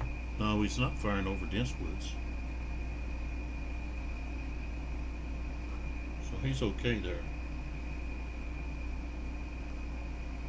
So it's only going to be, okay, he'll have a strength of 1. Well, no. He's canister range. He's mixed. So he's actually be at 2. And we got a 63. And that's going to be a routine.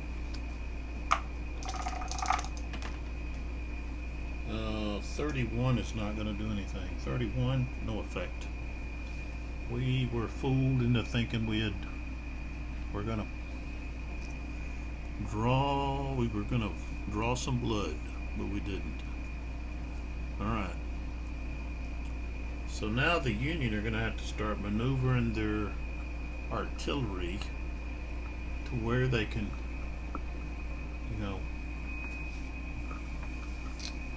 which of course, okay, he can't move.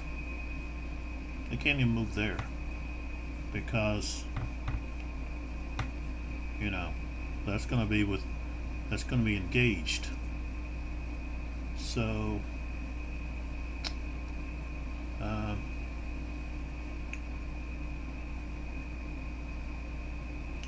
he could move to here, and then he would be able to fire once those guys move out of the way.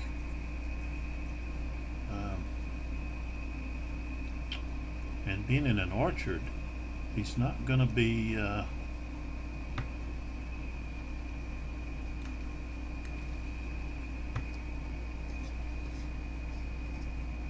that's what he does.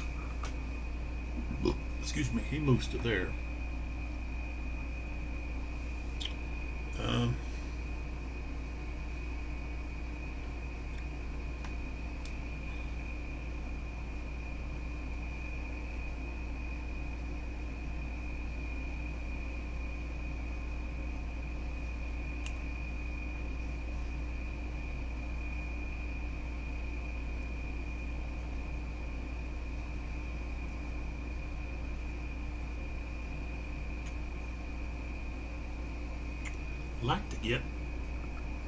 Like to get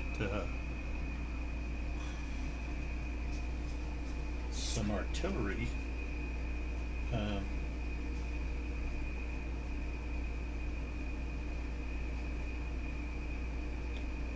So let's see, that's 6. That's 4.5. That's too much. So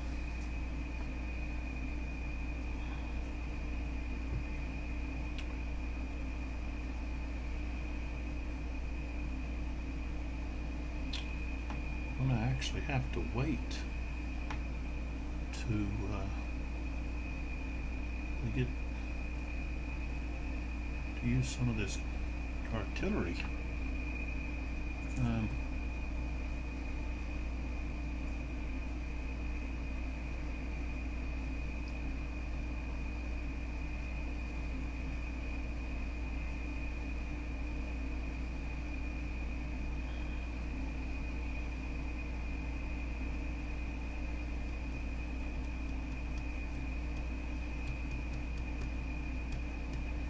So,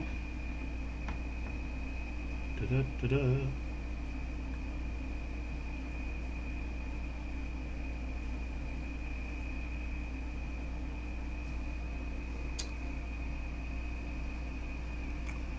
All right, I'll move this one.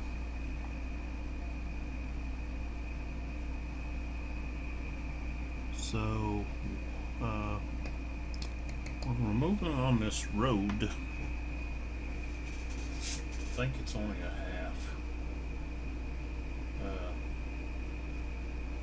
for artillery.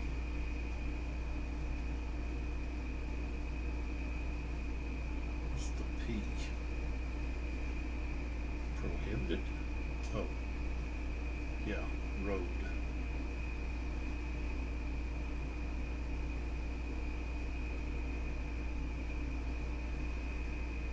Okay. So half, so this would be half one. Okay, you could move here at half. Okay, so that's 1.5, 2.5.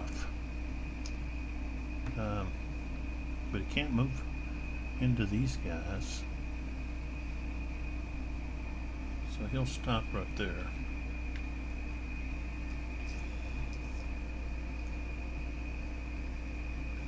Alright, so then we move over to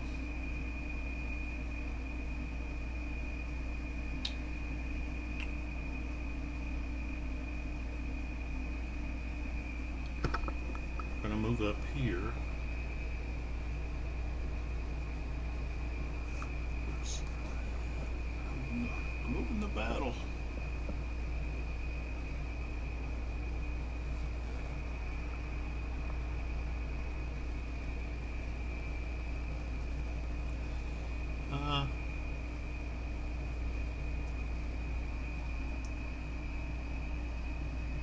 Yeah, I've decided Welker couldn't fire a while ago. Richardson here is going to move up this road, so that's half. And then, of course, here he's not overstacking, so that's 1. And then he can move to there, and he's 1, 2, 3, 1, 2, 3. He can move there. Oops. So that's where he goes. All right. And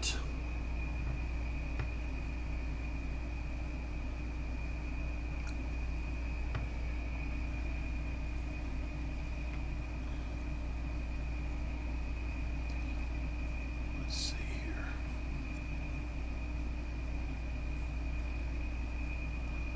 Now, in order to move into those woods, it takes all of their movement, artillery. So, no, it says they're prohibited.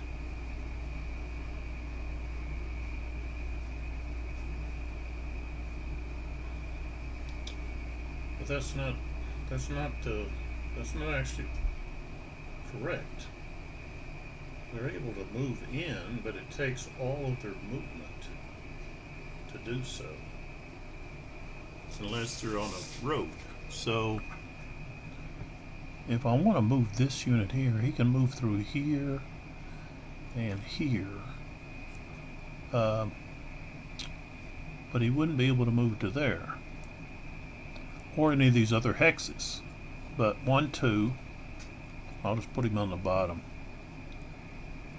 Okay. Didn't see that, but it's up here. He was here, I moved him right there. Alright, so let's see here. Now, pull back a little bit. The Union doesn't have that many more left. We've got Stone here, and I could move him up to stack here. I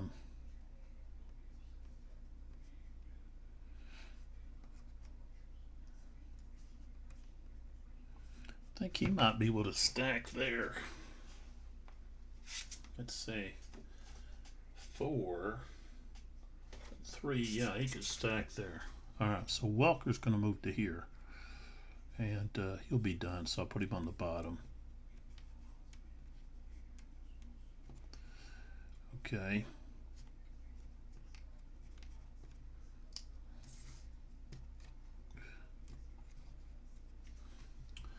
Okay, so then we go back to the Confederates, and let's go back down here.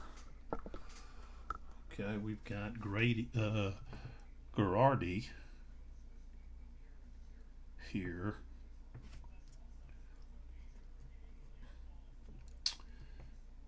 So he's too close if he moves there. So he really can't move anywhere until these guys move out of the way. So he'll just have to sit. I could stack him here. Oops. And why not? I'll just stack him.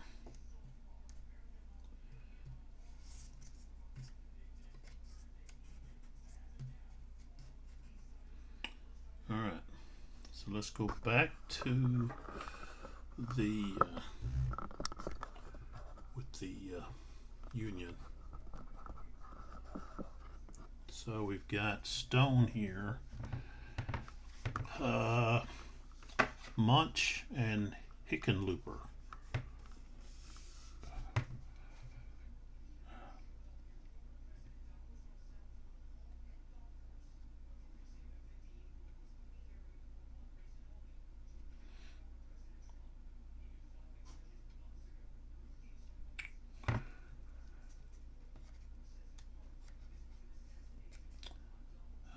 We could actually go here with Tuttle. So 1, 2, or actually half, 1, and then 1.5 right there. Okay. And now we go with, let's see what we got here.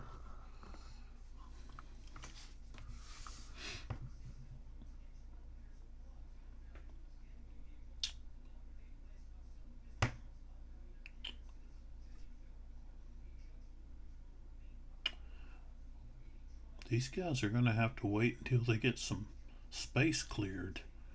Because, see, you can't come up here and stack here. Because that's too close.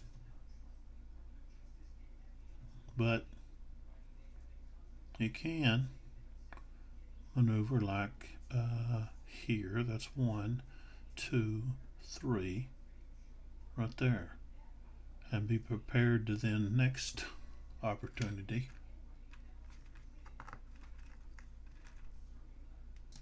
to move in a position to fire. All right, now I want to move Munch up. So Munch was here. I'm moving him up. So, okay. We go back to the Confederates. We've got Smith and Robertson. Now here's a situation where Smith can move to here because he's out of sight of this unit. Even though that is engaged, he's not actually in sight, so he could move to here to prepare for a future advance if some units can get some Confederates out of the way. Alright, now Hickenlooper, I'm going to keep him there where he's at, because he's on top of a victory hex. Okay, right there. So I'm going to keep him there. He's not going anywhere. So let's put him underneath.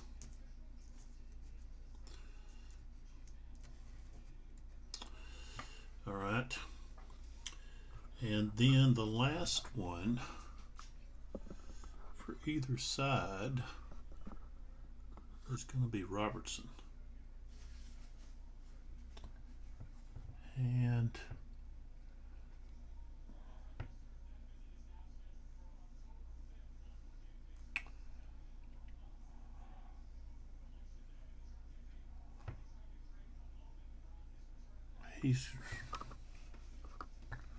I mean, I could move him to stack with Shaver.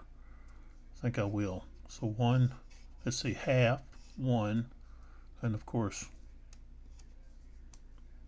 let's put him on top.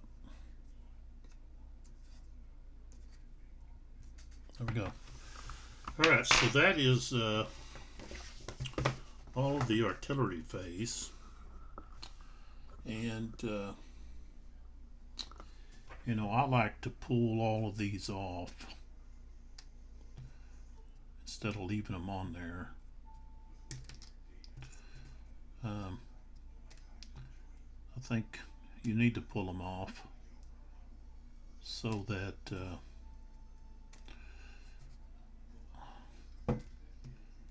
they're out of the way. So I think that's it. Okay, so as per the rules,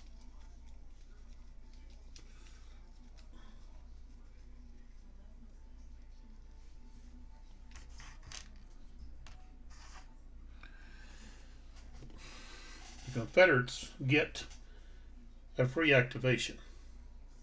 Okay, and it's Jackson. So I'd marked him down here.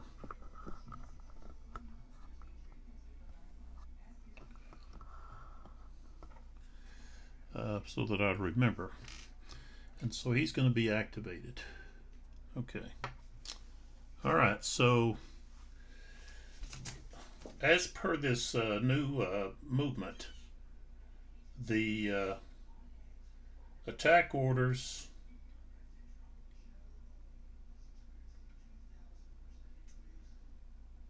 the infantry gets 6 movement points, defend 4, maneuver, which they can't do in this scenario, is 8.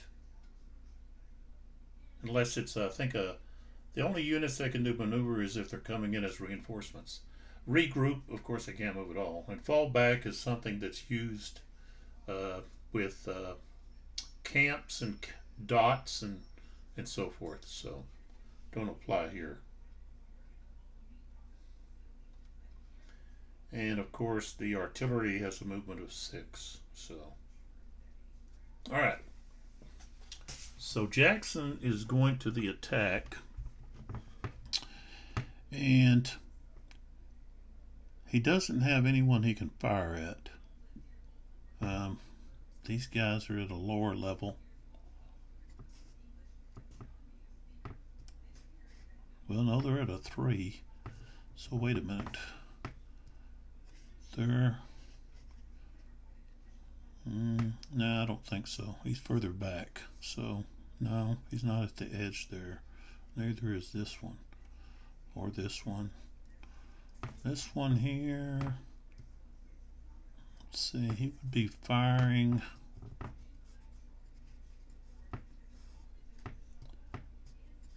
Let's see. What's this Sweeney? Oh, okay. Yeah. That's the 50th Illinois. Well, actually, he's at a higher level. So he was actually be firing down. This guy's at what, 2 or 3? No, that's going to be 3. And he's sitting at, I think it's 5. Yeah, 5. So yeah,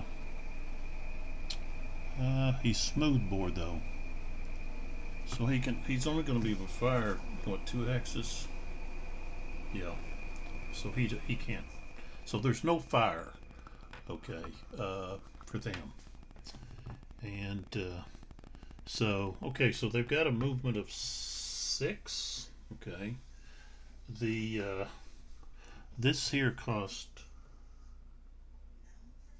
2, and the dents cost 3 for infantry. Okay. Orchards are just 1. So, all right. We could take this one on and then this one. So here we go. We're going to go, let's see, down, up slope, deals with these.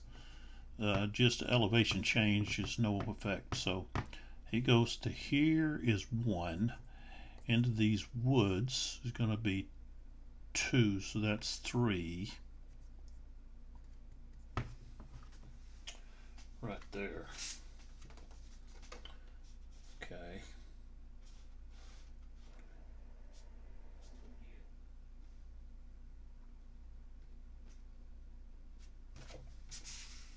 All right. The 18th Alabama.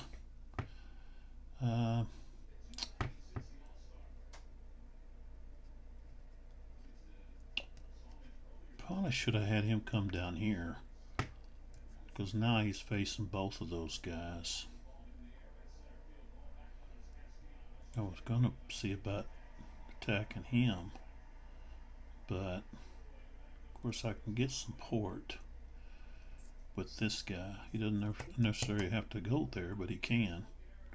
So 1, 2, 3. He'll go there to support this one, and then okay, 1. Now down slope.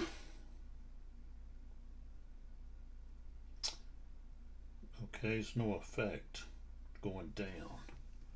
So that's 1, and then to these dense woods is, I think, 3.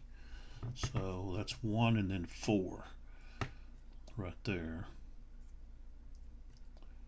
See, smooth bore, he could stay right there, but he'll move to there. And so we go, let's see, we can go 1, 2, 3, 4. I think he'll stop there.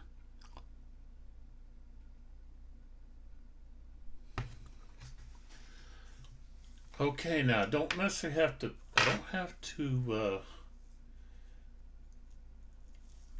to do any close combat.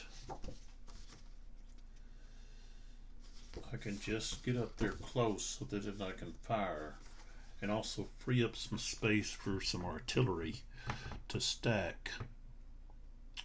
So we didn't really do any assault, did we? No, we didn't. All right, so now we're drawing out of the cup. We're getting right into it now. All right, so we got W.H. Wallace, and so he's going to have to roll. He's got 3 brigades in his division, and they're all, well, let's see, MacArthur, Tuttle, and Sweeney. So he's got MacArthur down here, and then of course he has the other 2 up there on the other end. So let's see if he can activate 3. So yes. All right, so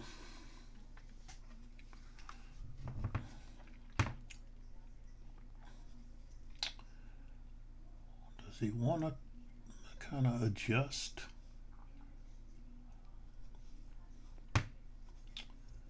One thing I know for sure is I want to move Tuttle up to provide some support.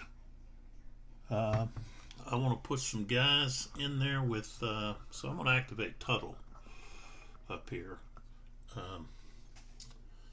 So Wallace will go back into the cup, and Tuttle will get activated.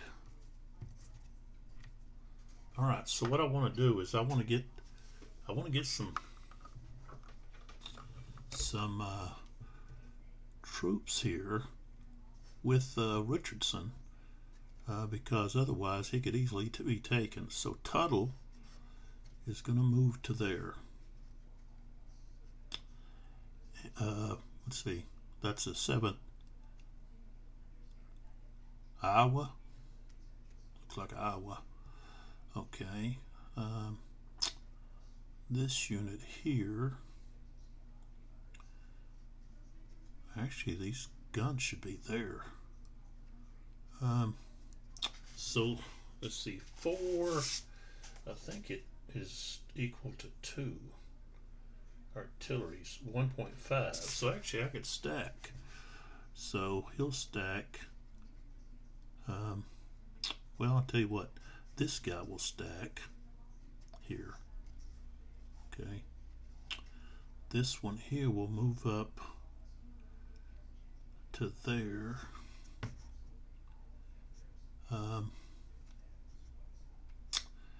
And then this guy, he's just going to move to there.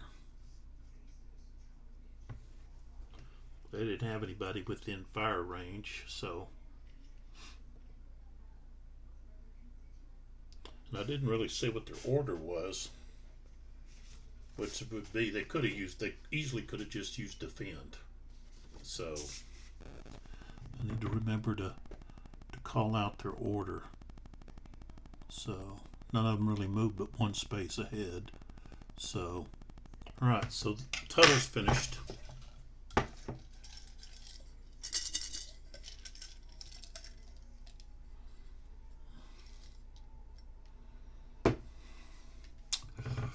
And, oh, what the heck? Look at that, Wallace again. So I've got Sweeney. One of them's back here.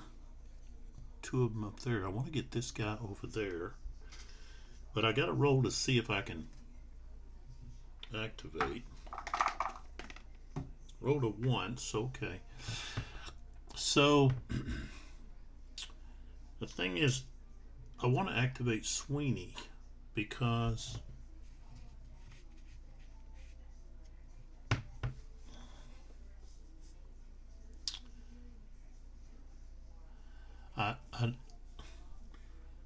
if I go with MacArthur, I know I can at least fire limited activation with him. So since I passed, let's activate. And if I go with a defend, it goes back in the cup. If I go with a defend, the 8th, now that's Iowa. The other is, oh, that's Iowa too. The 8th Iowa can't go very far with a movement of 4. 1, 2, 3, 4. But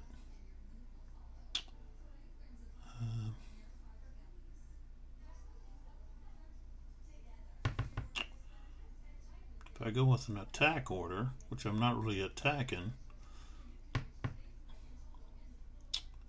I can actually move to here. No, I'll get across that, so no, I couldn't. Alright, just defend. So 1, 2, 3, 4. Okay, and then these guys can actually move back toward him. 1, 2. Okay, crossing that stream. Okay, for this one is going to be, let's see, +1. So that's going to cost 3. Alright, so that's where they go. Okay. And there's a lot of chits in this cup. Alright, so rally. Alright, so with this, I can come down here.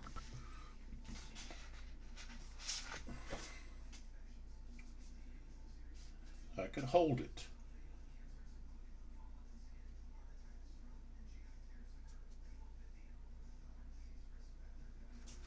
So I can remove low ammo for one of these. So 1 hex, I'm going to remove that one.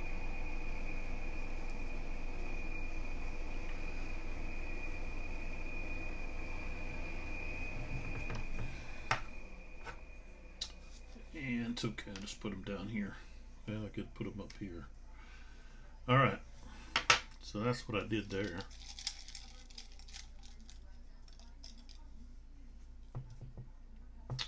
Okay, we've got the cavalry.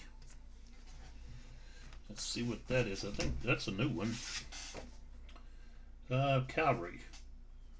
Okay, only in scenario 16.5 and 16.7, and that is what we are. Okay, so I can hold the chit, play after your opponent successfully rolls to activate a brigade by any leader, but before a specific brigade is chosen to be activated. The U.S. player must roll again, and on a roll of 4 to 6, the leader is considered to have failed. Or, you may use the cavalry chit to deplete any one full-strength USA infantry unit that is within 3 hexes of any CSA units. Simply flip the unit to its depleted side. Remove this chit permanently from the game after it is played, or if cancelled by Fortunes of War. A red X is on a counter as a reminder that this is a one-time event. Alright, so I'm going to use it now.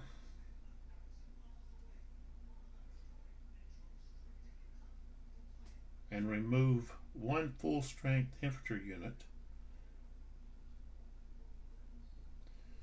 Oh, it says deplete. Yeah, deplete. So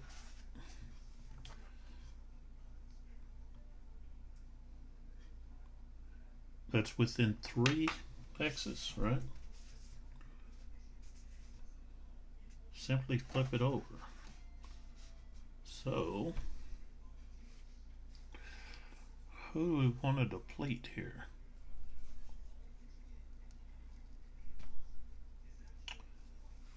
Oh, how about we deplete this Sweeney one right here?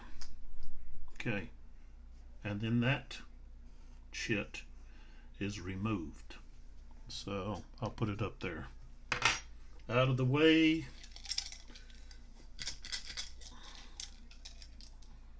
Okay, we have Withers. Okay, Withers is going to be down here.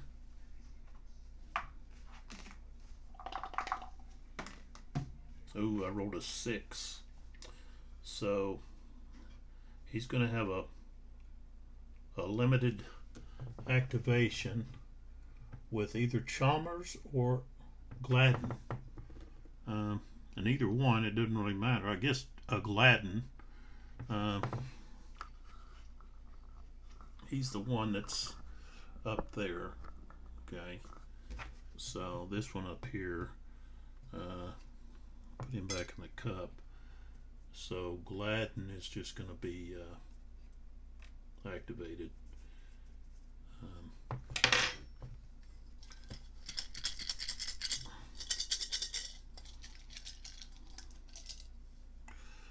Alright, we got Prentice.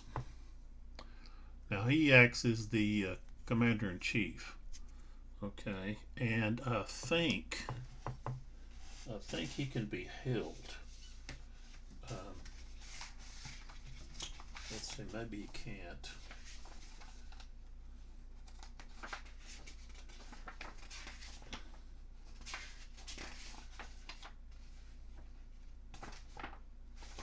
Let's see. Oh, let me look over here on the scenario thing.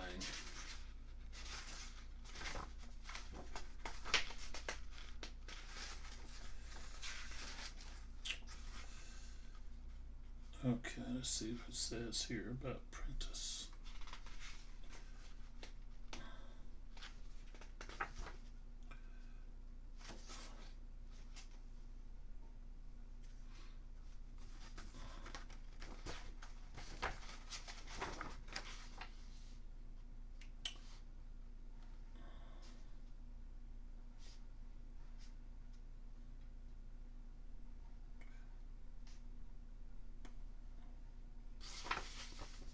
Got to be in the exclusive rules.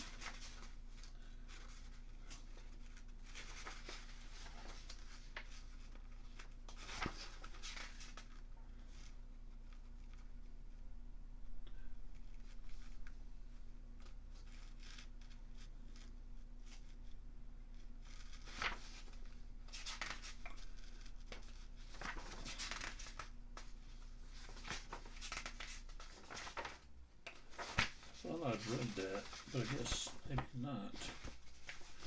Let's see what it says. Well, it says he's got to be played immediately.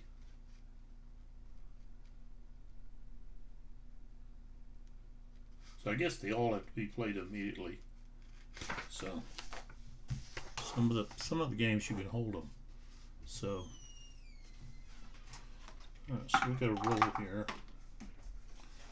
All right. Jason, What? I'm gonna go get Chick-fil-A. Oh, okay. Will you eat Chick-fil-A? Yeah. Dr. Pepper? Yeah. All right, so Prentice passes.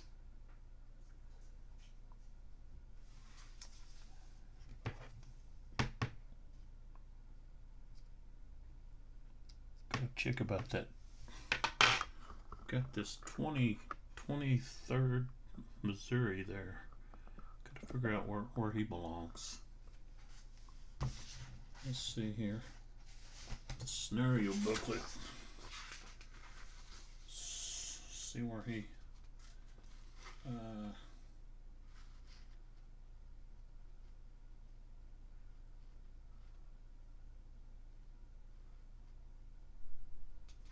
okay, he actually belongs.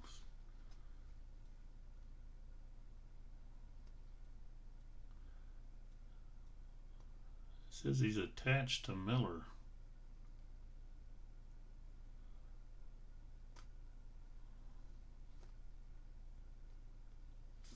But if so, well, I guess he can be used for defense.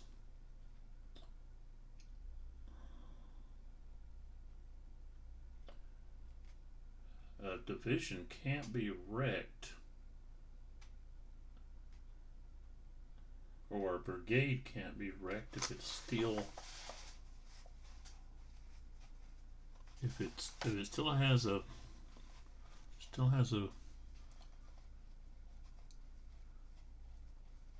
brigade can't be wrecked if it still has a regiment. I guess because it's just attached.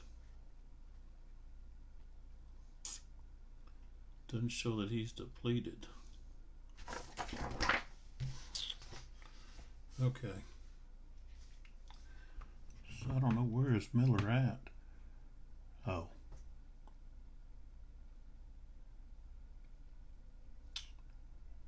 So he could activate, I guess.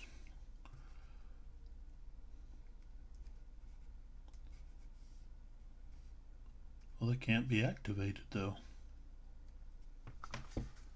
I'll have to look into that. I'm trying to figure out.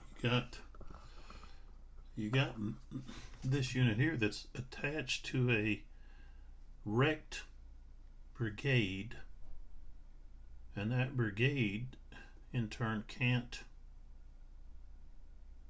be activated.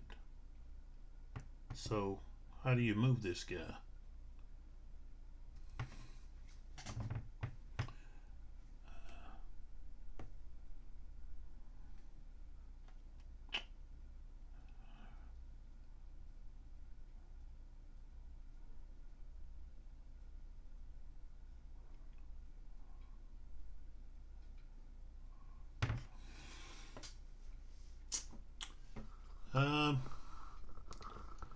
think he's going to activate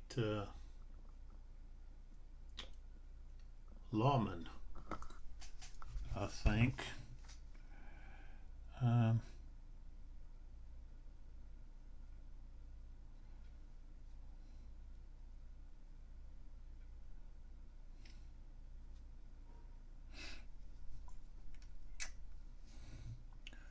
course, he's going to be done.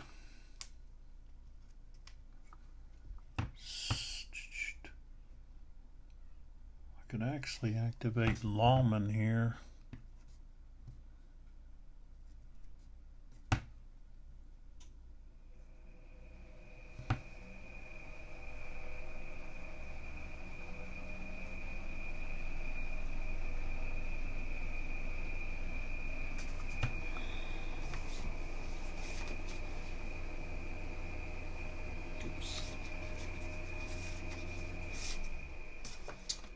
I think I will. Okay, so Lawman, we're going to activate Lawman. And so they're going to have a defense order. He's going to move to here, only costs 2.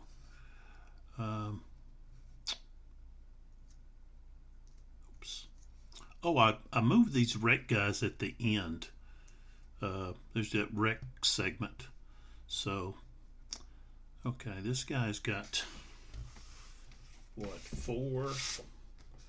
Okay, so 4 is 3, so no, that guy can't move with him. He can't move with that, and he'd be overstacked. So, but he can move here. So,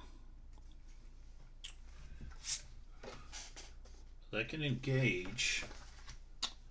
Of course, they don't have anybody they can fire at, but he can move to here,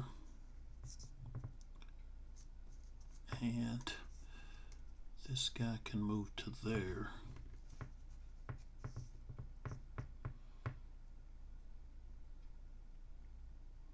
I guess he'll move to there. All right.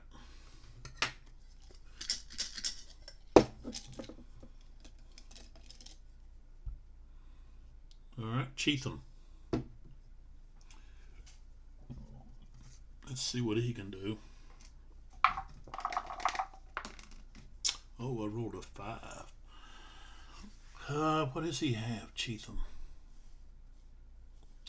Oh, all he has is he's got Stevens, but okay. All he's going to be able to do is a limited activation, which is fire. So he failed his activation. Okay. And he's only got that 1 brigade. So, alright, so we have offensive fire here. So, the 7th Kentucky is going to fire here at the 44th Indiana. Is that right?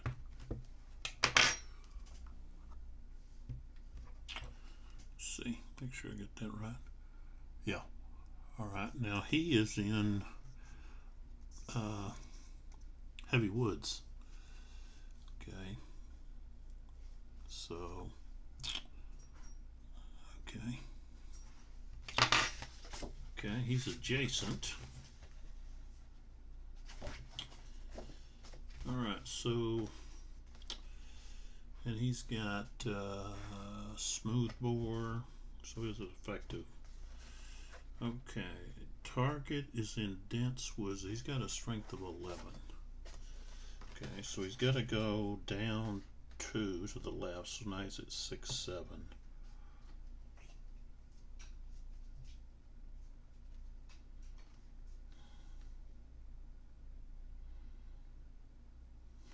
Okay, so 6, 7, and okay, that guy has no support. Okay, so let's see. I don't think Woods I don't think the woods give support. I think you can get support from orchards, maybe. Maybe not. Let's see.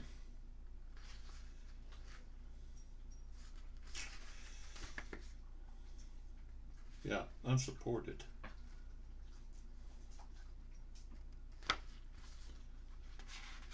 Heavy woods, same thing.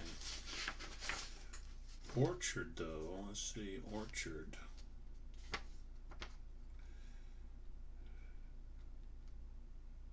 Yeah, they get support. But, okay, so that target has a CR of 3. Okay. Alright, we rolled a 64. So that's going to be a tough. 52. Depletion 2.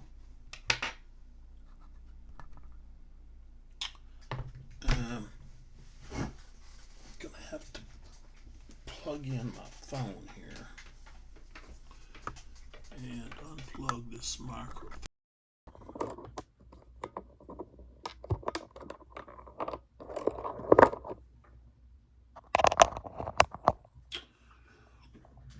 Okay, with a depletion 2, the second depletion only applies if there's another unit there.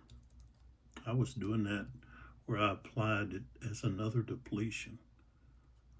Okay, so, and then 2 is retreat 1. So here, you're gonna retreat to there. And this unit could actually move in there.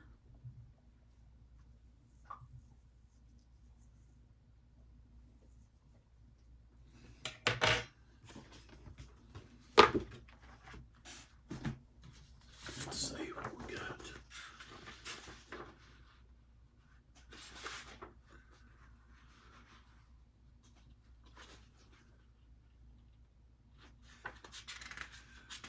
Maybe it's only after close combat.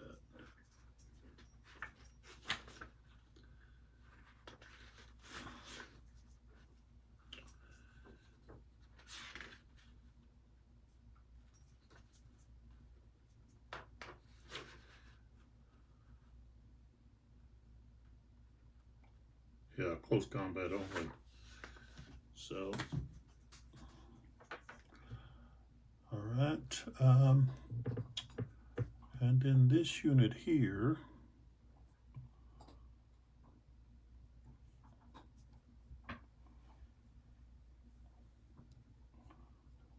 firing here.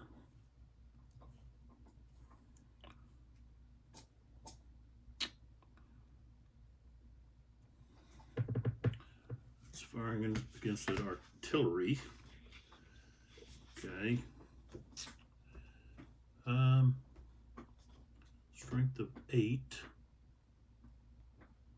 Artillery is unsupported, so they've got a CR of 4. Okay. Strength of 8. Rifle, 50, so it's 2 hexes is 50%, so he's at 4. Okay. Target in woods or dense woods. Shift 2 to the left, so now we're at 2.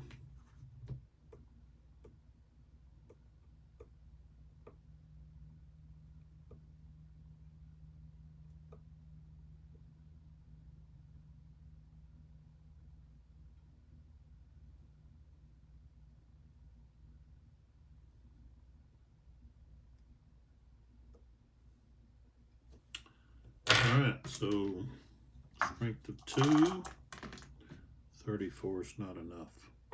Okay. And this guy doesn't have any line of sight. He's behind that higher elevation. So, all right.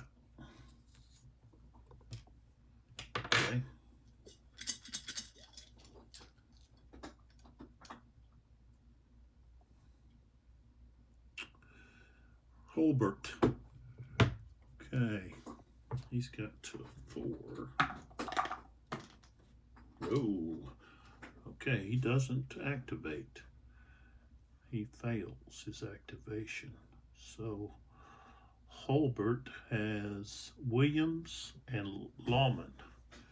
So I already moved Lawman. I don't really want to move him again. So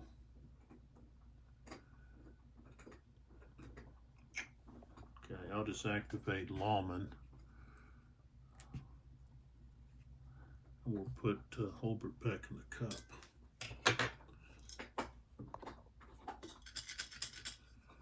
All right. Oh, we got Hardy. Hardy. Can he activate? No. Hardy's got Shaver and Wood. Both of them are hard hit, I tell you. They're all depleted. So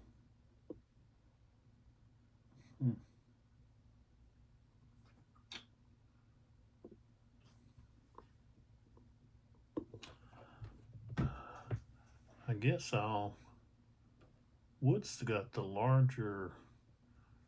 No, I got the larger. Man, he's got a lot of brigades.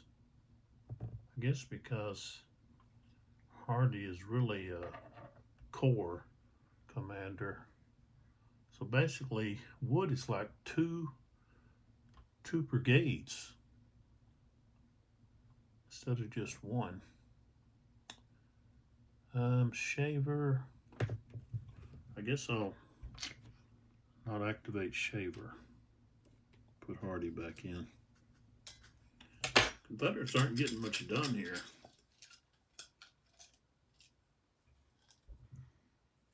Okay, so the Confederates get the rally. And this is where I guess I need to look to see whether or not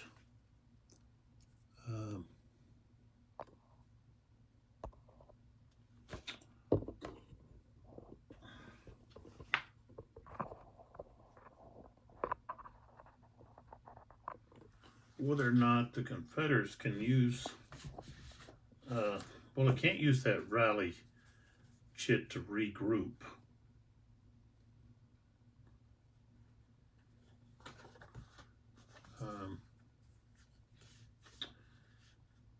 Okay, so they can remove all shaken disrupted markers from each unit in a single hex, or remove all low ammo markers from each unit in a single hex. That's all they can do. So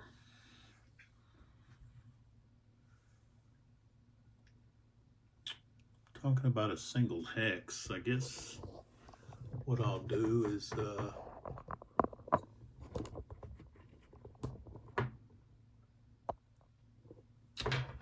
let's remove this shaken marker.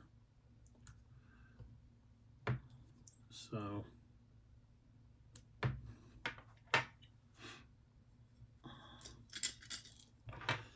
oops, put him back.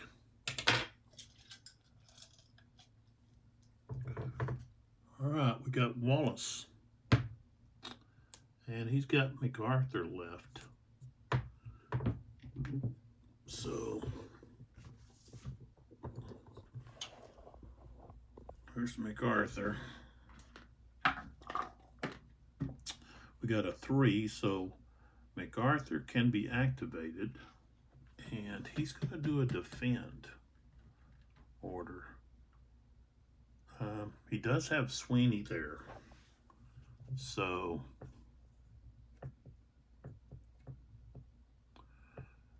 of course this one, if he wants to fire,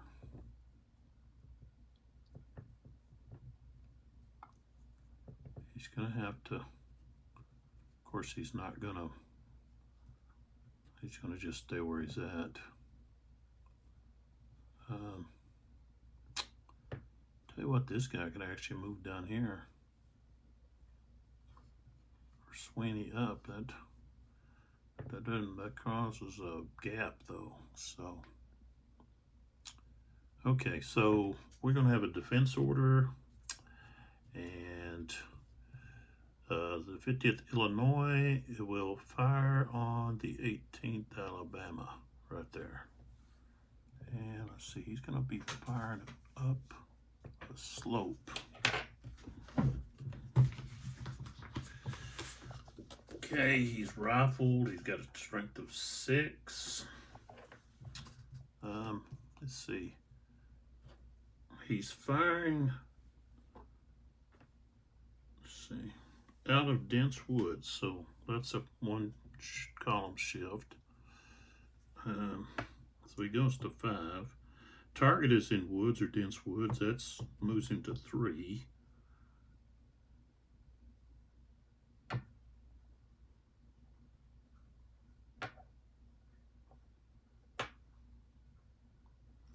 Firing across a steep slope.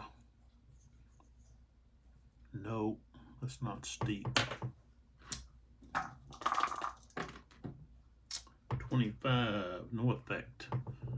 Okay. And we fire with, well, these two guys could have fired right there.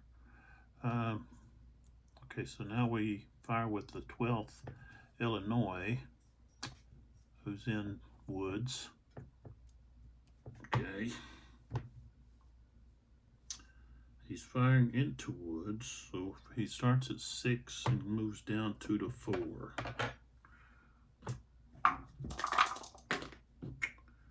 46. What's he got? Yep, he's got a 3. He doesn't have any support in those woods. So that'll be a regular routine.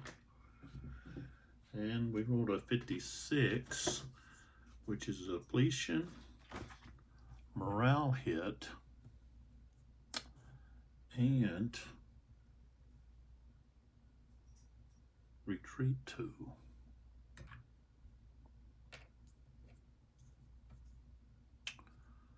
That's hit pretty hard. 1, 2, he's shaking. Okay. And the other unit's not going to do anything. So that's all of Wallace. No? Yep. Okay.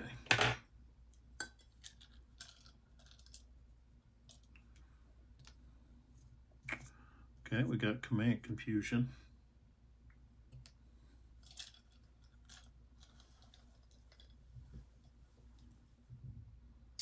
Colonel Stewart. Okay, let's see if he can pass his. No. So he's got a limited activation. What does he got?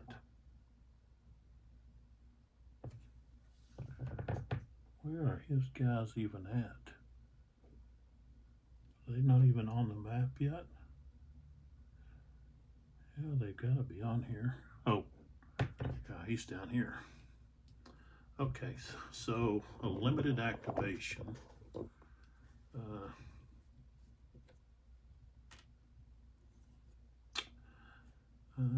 So we've got this guy here going to fire here. Strength of 8. Okay. Strength of 8. Targets in dense woods, so it goes down to 5. Firing out of dense woods, so it goes down to 4. 15 is nothing. Okay.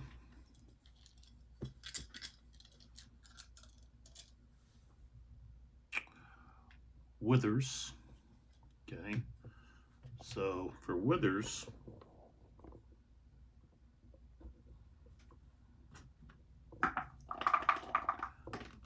Oh, 6.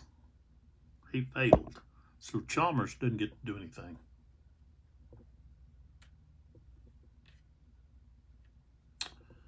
Okay.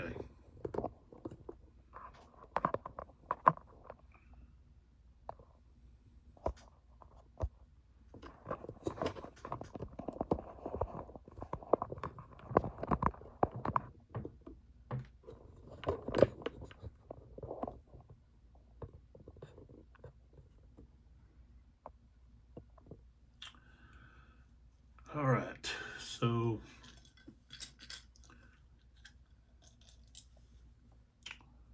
fog of war.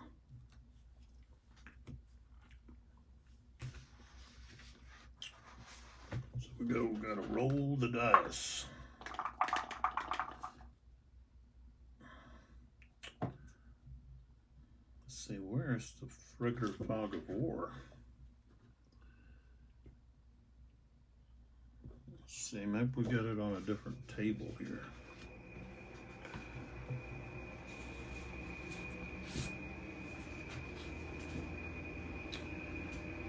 Okay, oh, here it is. Okay. 1. So we got the Bragg effect. The unit player selects any hex occupied by Confederate infantry unit that is engaged with a Union unit. The Confederate infantry unit must now conduct a close combat. If Union defensive fire causes a depletion result, immediately cancel the remaining portion of the close combat. It is now over. Historical note, the Confederates had superiority in numbers at the Hornet's Nest, but repeated piecemeal attacks and some losses and refusals led to continuous failed assaults with heavy casualties. Okay. So, the only place we have is, doesn't even have to do with Hardy. It has to be Bragg. Okay, yeah, it's any. Bragg, I guess, he was a corps commander. So, okay. So that means we will have down here. Okay, so this Jackson unit is going to do a close combat here against Stewart. Stewart has defensive fire of 8. Okay.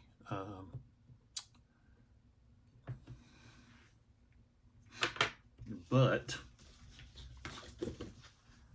we've got target is in dense woods, so that's 2. So now he goes down to 5. He's firing out of dense woods, so that's 4. So that's where he's at. 51. Okay, the target he's not supported, so it's going to be routine. Ooh, routine 65. Routine, so that's a depletion and retreat 2. So he's 1, 2. Okay.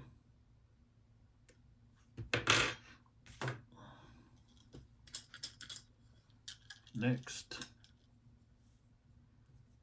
Oh, we got Hardy again.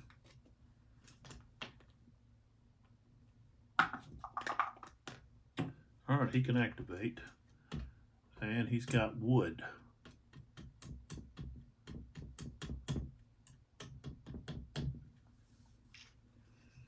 Now, talking about wood,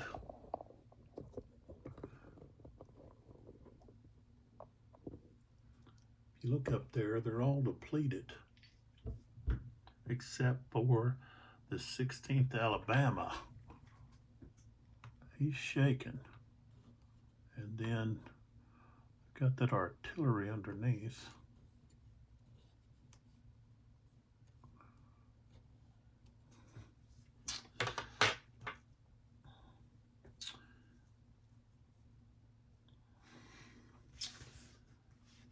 I don't know if I can regroup them.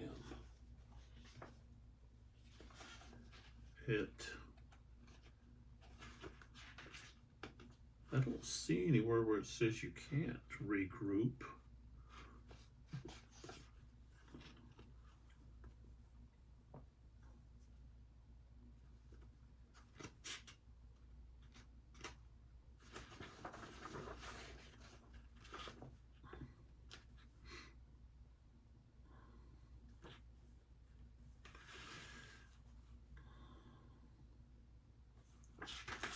I know about if I look over at the exclusive rules, I know that you can't use the rally.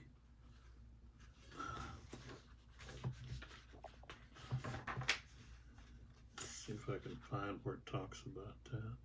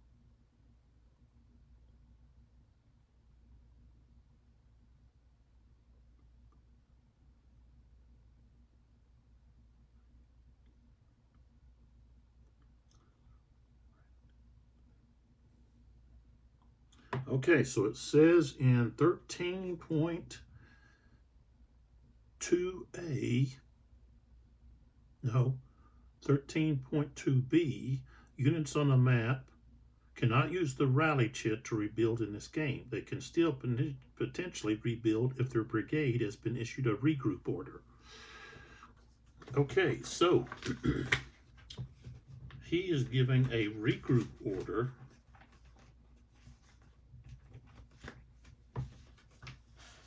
to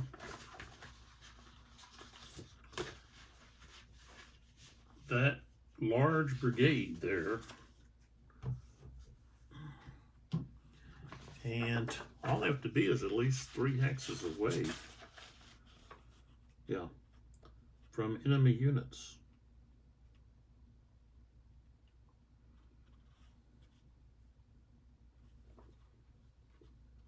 So rebuild.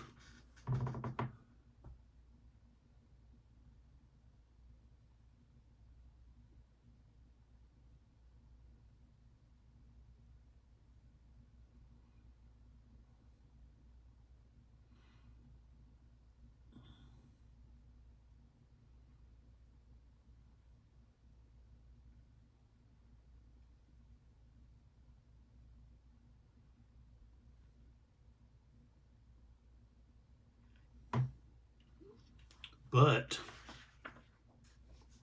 some of these units are going to have a hard time rebuilding, okay, because, see, they're in these woods. This one's not. See, they don't get any support, so that's a 0. He couldn't rebuild. This guy's only a 2. He'd only have a 2. He'd have a 2. This guy would have a 1. So,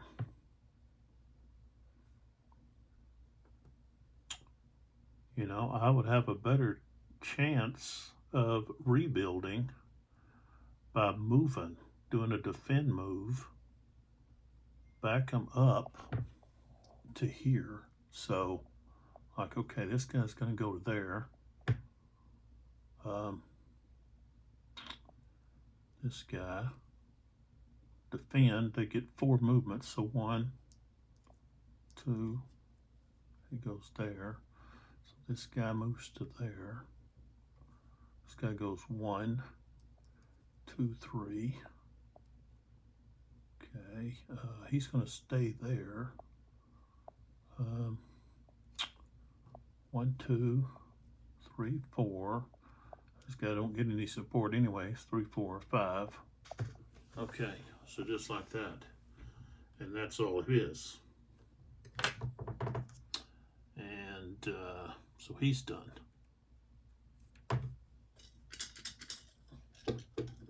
Okay, next. Okay, we got Johnston. Okay, so I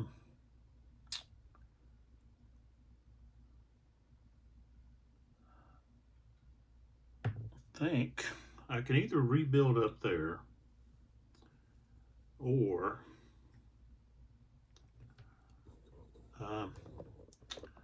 I can come down here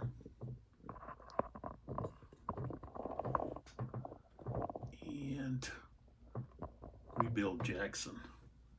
So that's if he can pass his morale or his leadership. So he got a 1. Okay, so we're going to try to rebuild these 2 units. They're both in the clear, so they get support. So I've got to have a 3 or less for each one of them. Got a 3, so he rebuilds. Okay, the other one got a 1, so he rebuilds. Okay, Johnson is done. Okay. Next Chit.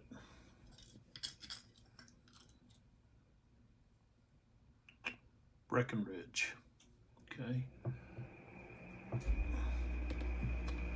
So Breckenridge's guys should be up this way. Alright. Rolled a 1. Alright, so he's got Bowen and Statham. So yeah. Right here. Alright, so he wants to do an attack.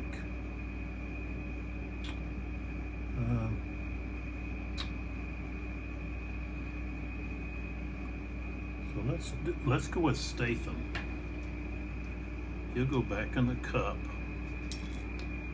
Statham will get activated. Alright, so offensive fire first. So right here, okay, he's going to fire at this guy who's in the open. Okay, so that's going to be a strength of 4 because he's at what is it called? Extreme range, long range. 31, it's not going to do anything. Yeah. Alright. Then here, what do we got here? Oh, so we got 12. Okay, firing here. And he's in the clear. Okay. So that's just going to be half. Because he's at long range, so that's going to be a strength of 6. 46. Okay. And he's got support, so it's going to be routine. 14. Is going to get him to retreat 1. So he'll retreat to the orchard there.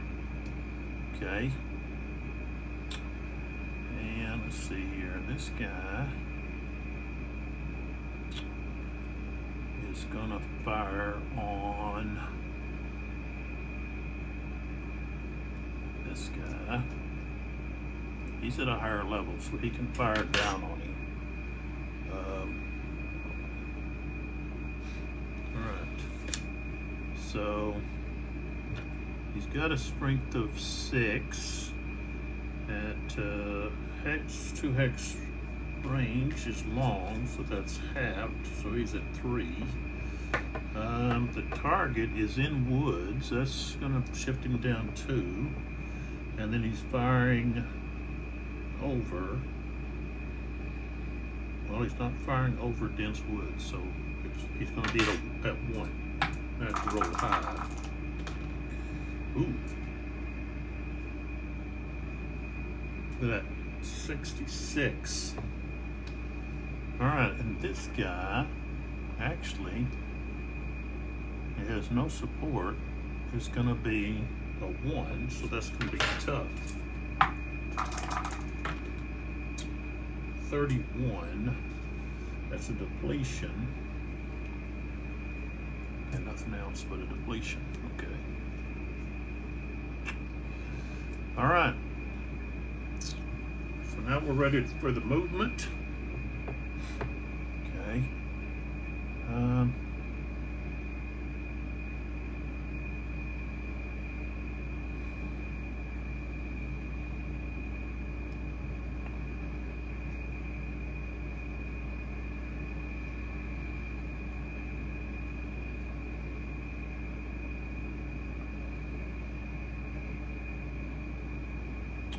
Wow, that's a strength of 12 there. I'm going to try to stay away from that. Try to just gang up on this guy. So, these 2 guys go there.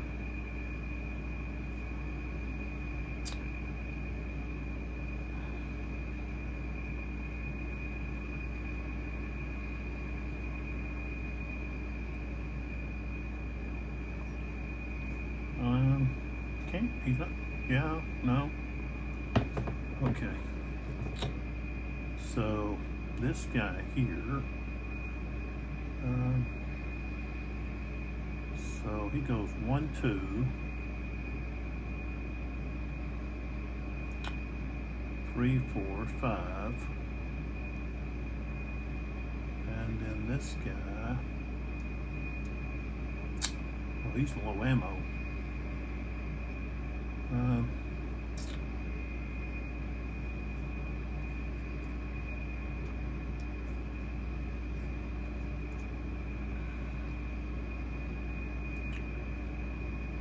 So he goes 1, 2, 3, 4, or 1, 2, 3, and he'll go ahead and 1, 2.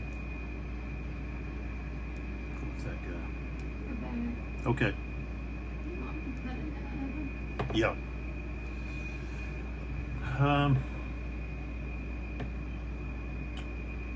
All right.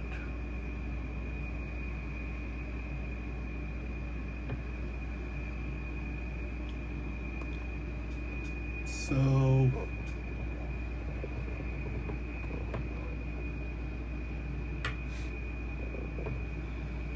of course we want to assault this hex here.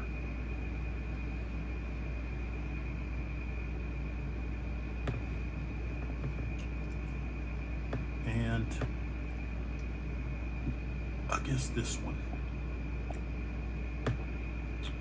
So first thing is these guys are assaulting here. So he's going to have, and they're in the open. So he's going to have a strength of 6. Okay, got a 53. 53.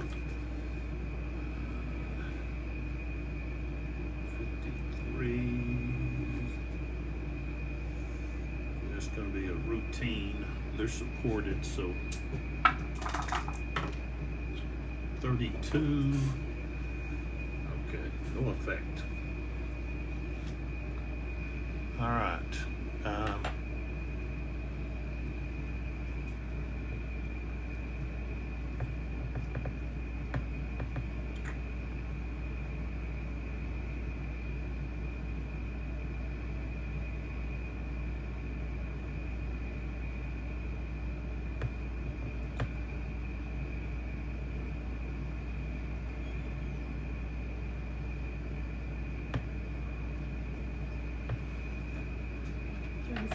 can't tell. You want to try it? What is it? Try what? I hope it's a Dr. Pepper. Yep. Okay, do you want to keep it or want me to put I'll it? keep it.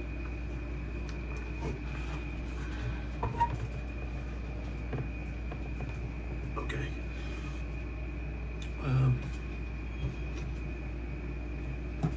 Just got to check here about this.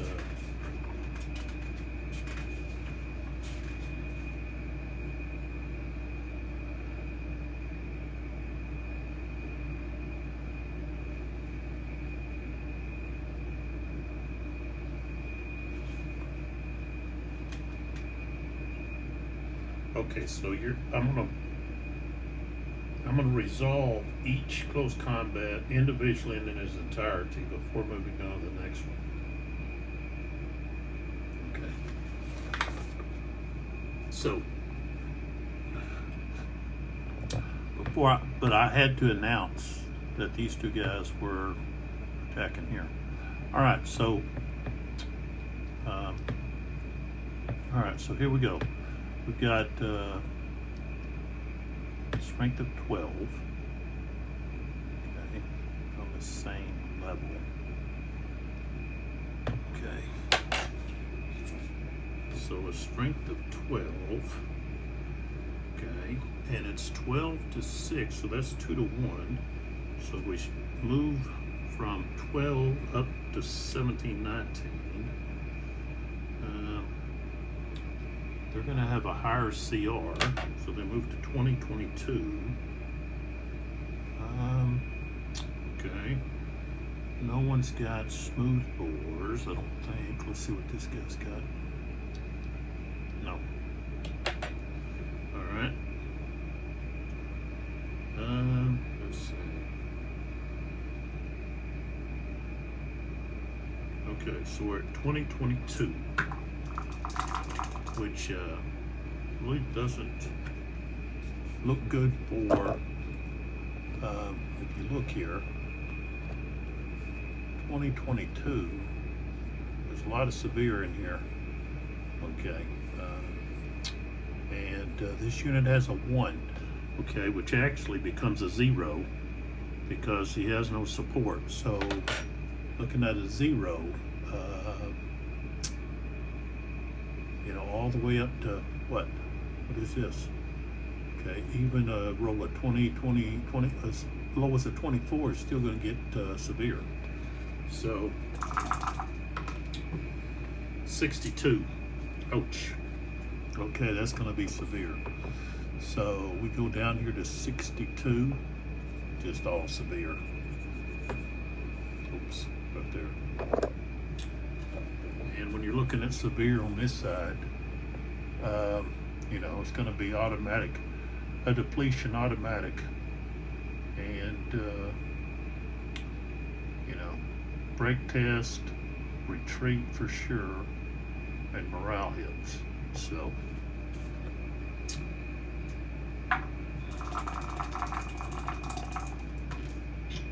$63 depletion. So he's got to take a break test for that. 63, 2 morale hits, and retreat 2. So first is the break test, which he's going to fail because he's at a 0. So I rolled a 4. He's going to the break. He's going to the broken box 3. Okay, and those guys then can move in there.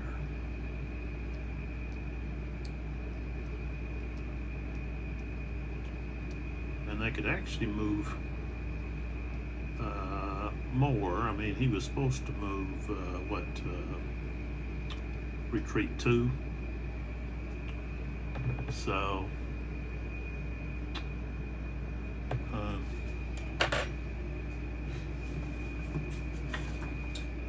so if I look at this, let's see, okay.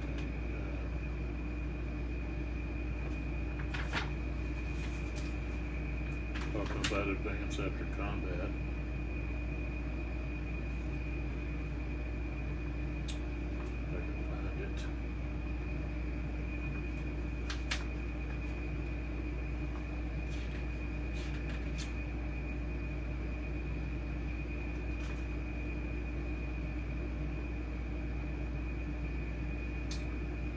Oh yeah.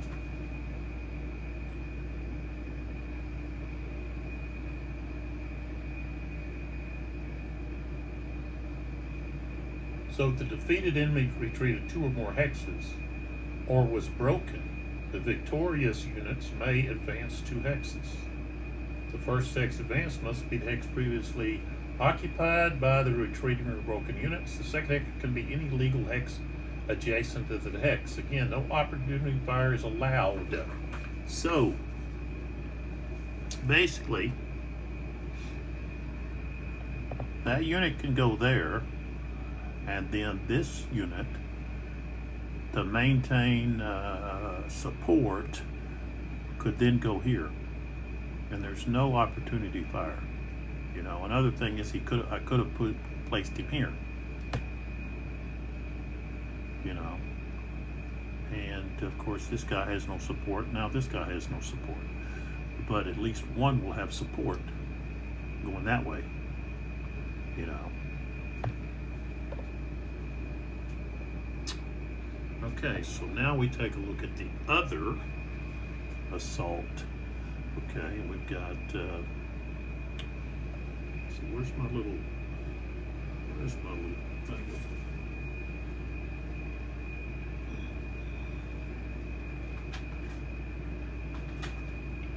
Oh, here it is. Okay.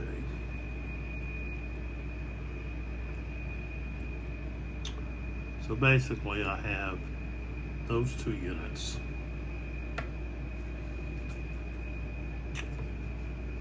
Okay, attacking this unit. Those 2 stacks. Okay. So I don't tell this is the stack I'm gonna attack. Okay, assault. So I don't tell my opponent which stack I'm going to actually assault. This is the lead unit, lead stack, I guess. So they have to decide who they're going to fire at. Of course, this guy can only fire here. So this guy would want to fire here. Okay.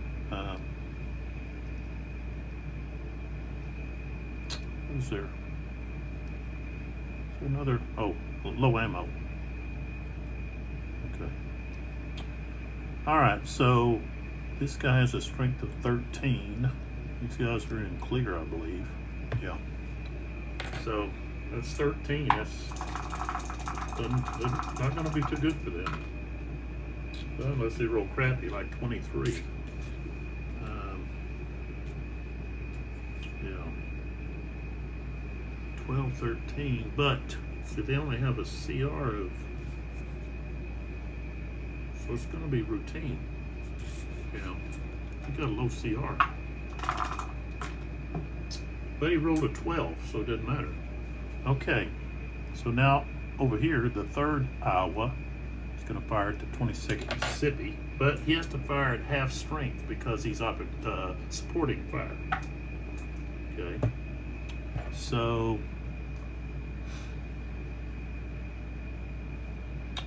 he's in clear, so it's just going to be straight up 11. So.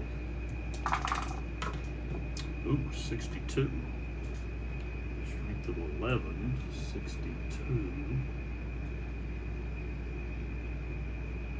And he's got 4. It's going to be tough. Ooh, 56. Depletion. 2 morale hits, retreat 2. Okay. He's depleted. Okay. Disrupted. And forced to retreat 2. Okay. So, now that leaves only these 2 guys. That's just a regular slope. Alright. So we've got 12.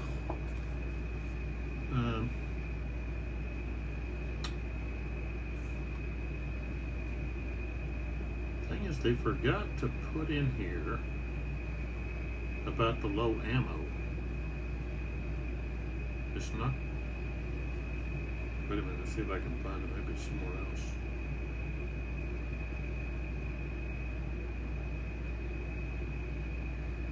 Nope.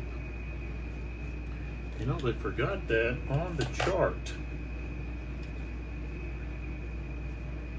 I bet they didn't realize that. That is not on the chart.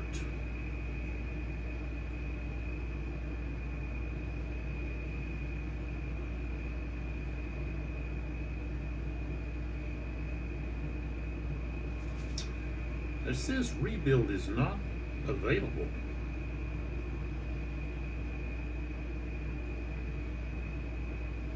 Oh, under defend, okay. Alright. Alright, so I don't see anywhere on here where it talks about below ammo. Okay. And it should be on the chart. So, let's see here.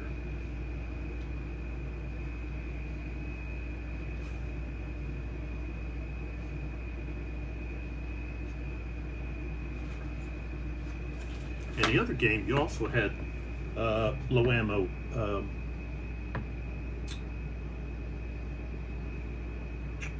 brought up.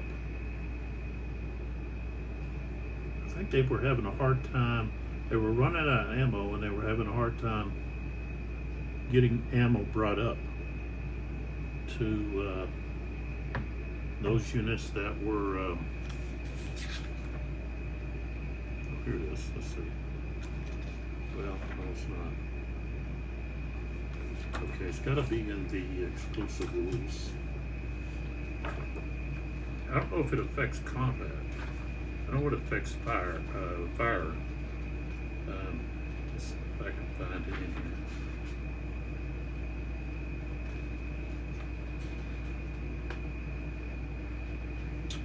So where is it at?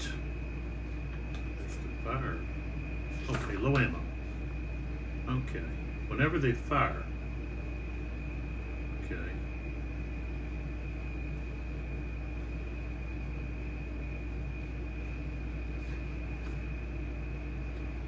So I guess it's fire combat.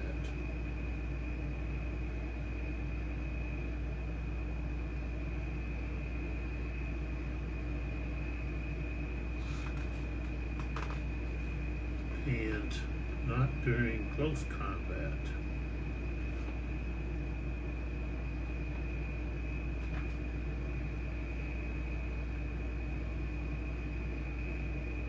Yeah, I don't see it there. Okay.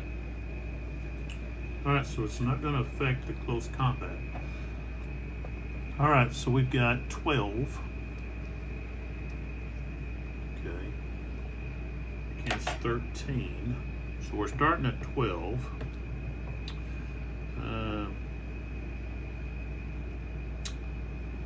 It's really like 1 to 2, so shift 2, so 8 to 9. Of course, the defender is going to have the higher CR. So yeah, I should have this guy on top. They are supported. That would be a 4. I gotta go back here. Hold on.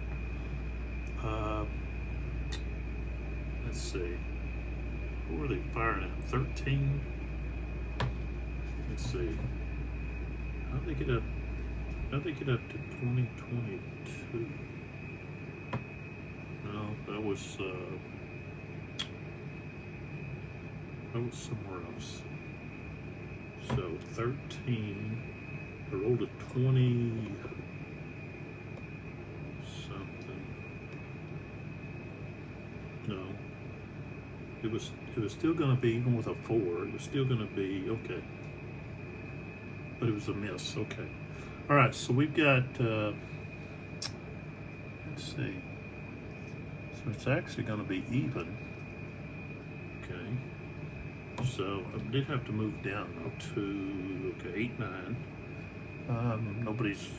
Let's see if he's got a smooth bore. Nope.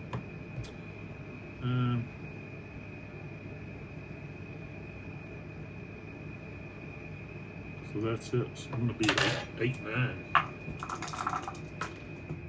Ooh, 12.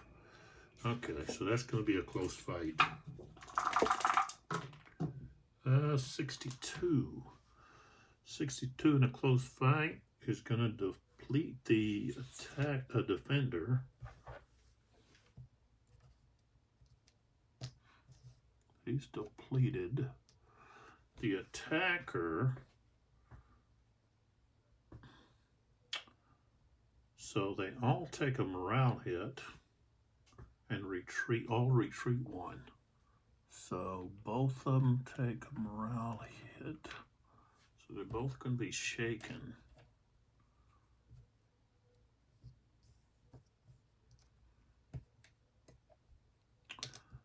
And retreat 1.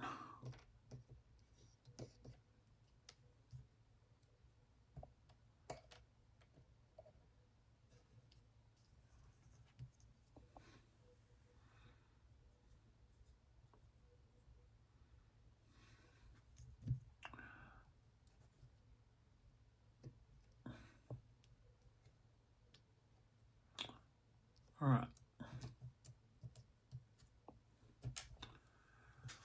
Okay.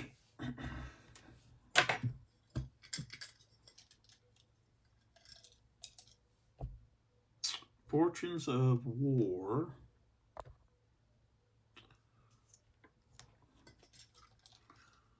So the next chit, which is cavalry, is ignored.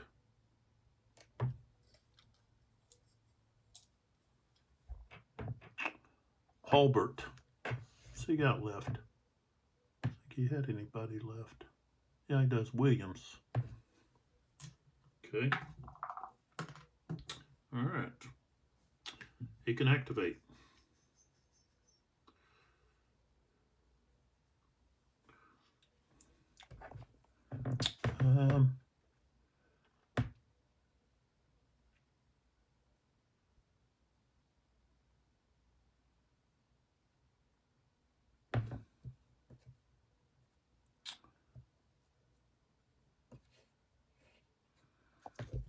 Guess we're going to do a defend with Williams, which is just going to be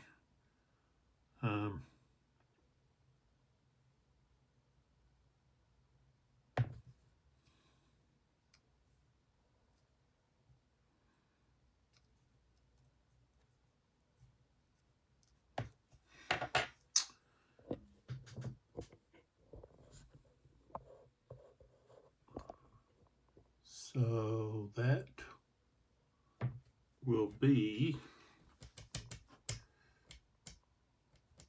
flanking fire. I think has to be here and here. Can't be. It's got to be.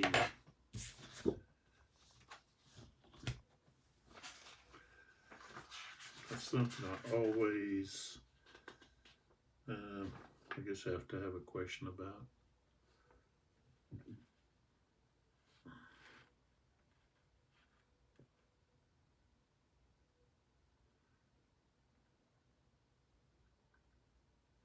SR 9.3.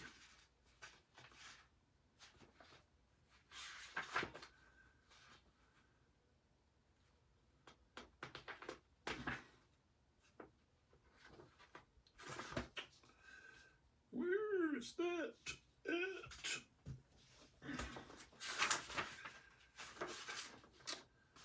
I always have to look that up.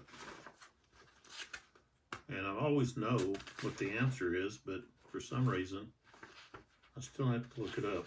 All right, here it is. If a target is targeted by fire combat from 2 or more different enemy units whose line of sight into the target hex is separated from the other line of sight by at least 1 full hex side, it is subject to flanking fire. Okay, flanking fire. So both of those will get to use flanking fire. All right. So they're going to use a defensive order. This will be Hulbert's last activation. And I guess I could use confusion. I need to use this command confusion on him. Okay, so that changes. so with the command confusion, let's see if I can find where that's going to be.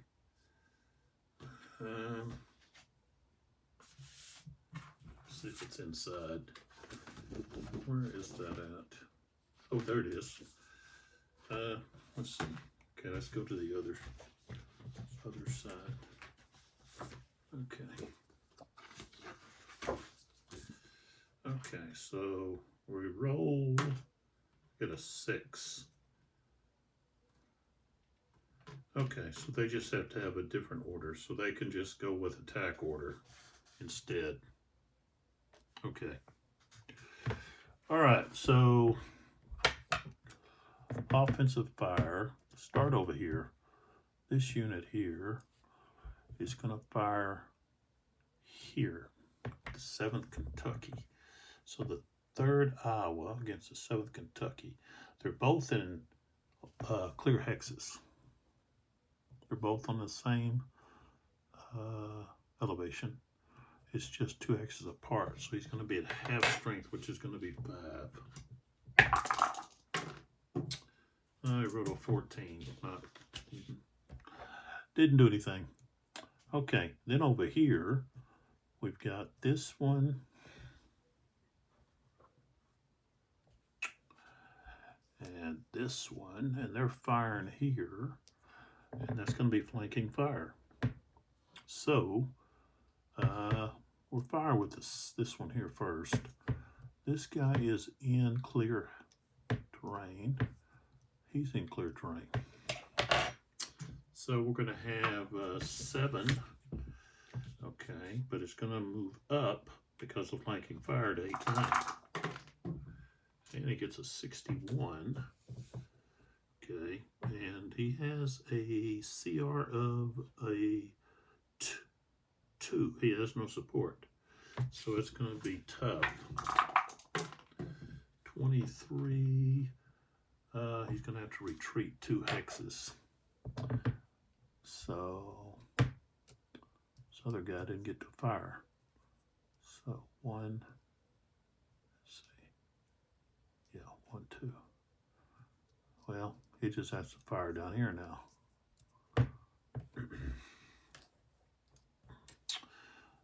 The only difference is this guy's in woods and it's not flanking. Well, I guess in order for that guy to still be flanking, he would have to, his fire is just useless. He doesn't get to fire, it changes who he's going to fire at. So otherwise that guy wouldn't have got the bonus of the flanking. So, and let's see what he can still move and do something here. But if he does, see if he goes anywhere. This goes here, I think.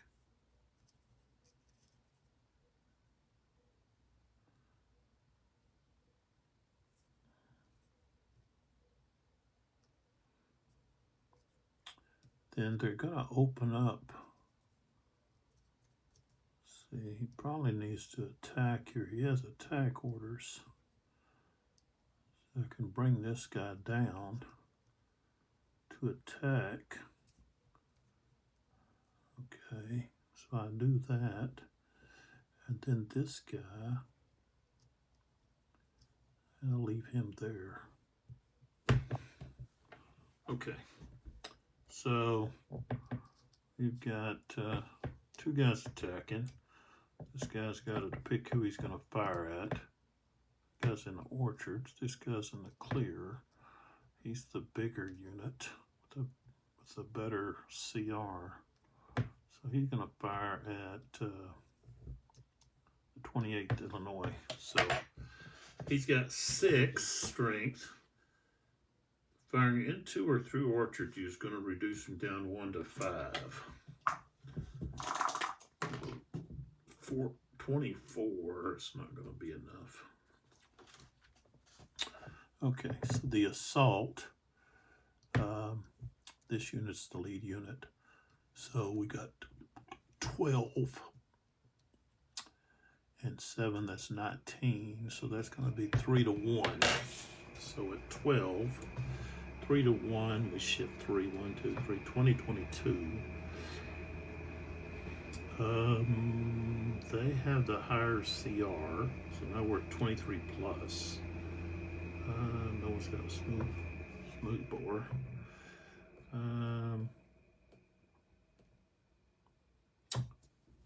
So that's it. 52. It's going to be severe. 45, depletion. Then a break test, retreat 3. So he's depleted. Now he does a break test, which he's got a 1. So he's going to the broke box. 2. And now this guy can move in here. Yeah, like that. They could actually move 2, but he's going to stop right there. All right.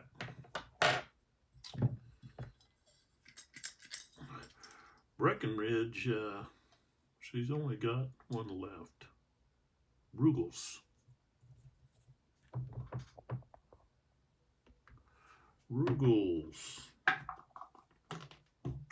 He doesn't activate. So where's his guy? Gibson doesn't get to do anything. And he's finished.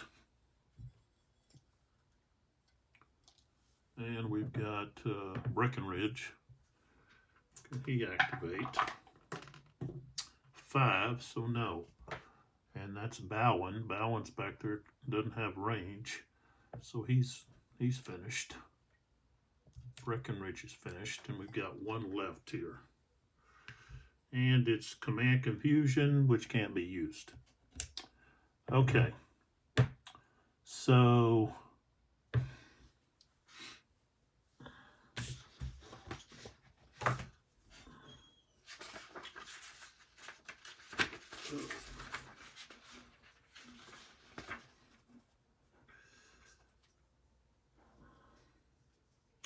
we don't have to worry about it. Well, victory points, let's see. They had some, they had those victory points right there, but then they took them back. So that's that. All right. So then we flip over all the activated brigade markers, the broken track adjustment, and each player gathers all their event chests together. But we have the wrecked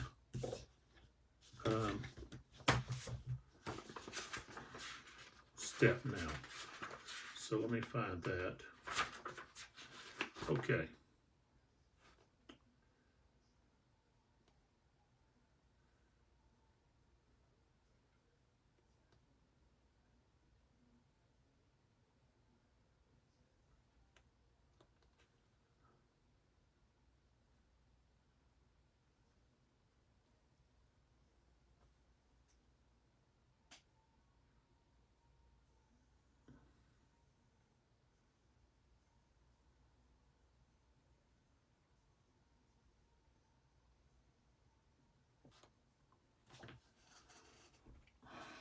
See, what I don't understand is, okay, so Prentice, his division is wrecked.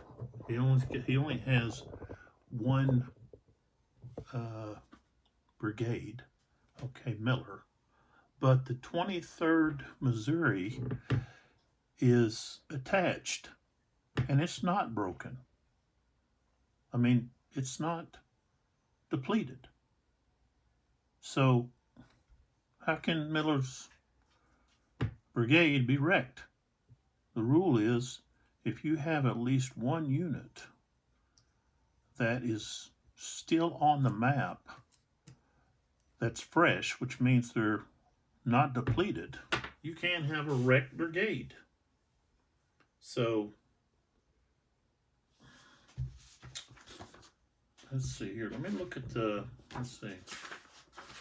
Let's see if I can find something in here about that. I might just have been overlooked something. Yeah, let's take a look at this.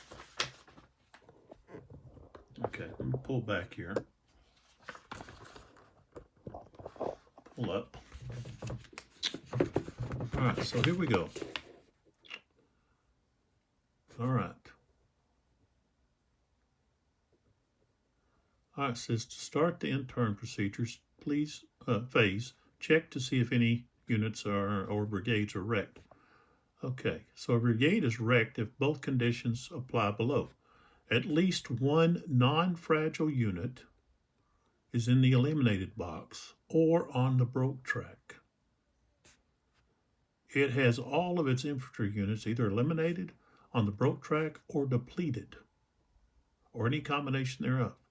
In other words, if any brigade has at least one fresh unit on the map, it cannot be wrecked. If so, the entire brigade is wrecked, and this includes future reinforcements from that brigade. Immediately remove the brigade's activation. See, it says a wreck brigade is not eligible to be activated by any leader, including the CIC. Instead, during the intern procedures, okay, they can either withdraw, they can rally, or they can do nothing. If no unit of that brigade is engaged with the enemy. If any unit is engaged, the brigade must do a withdrawal. So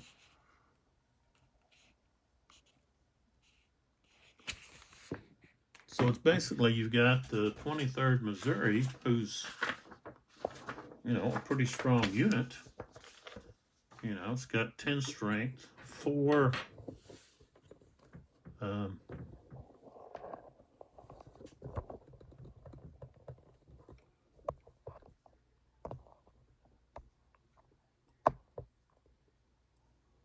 4 cohesion.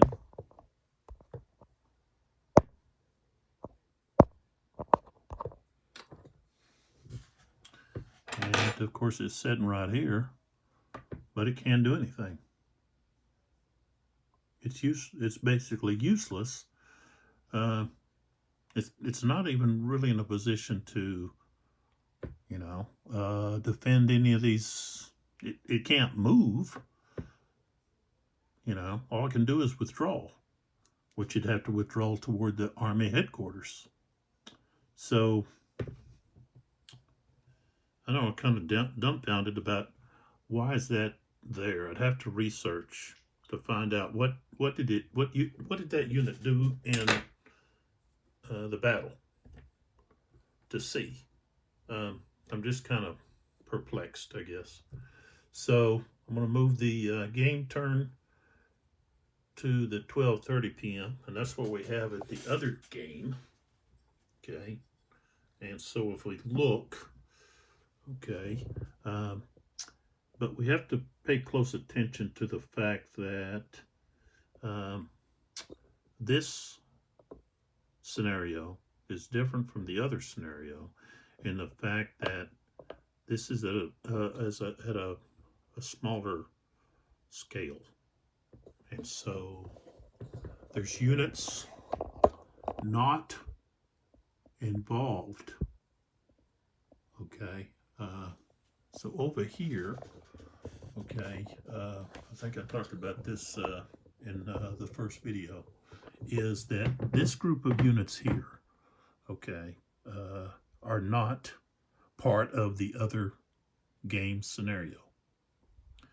This is a more pulled out scenario. You're at a you're further away.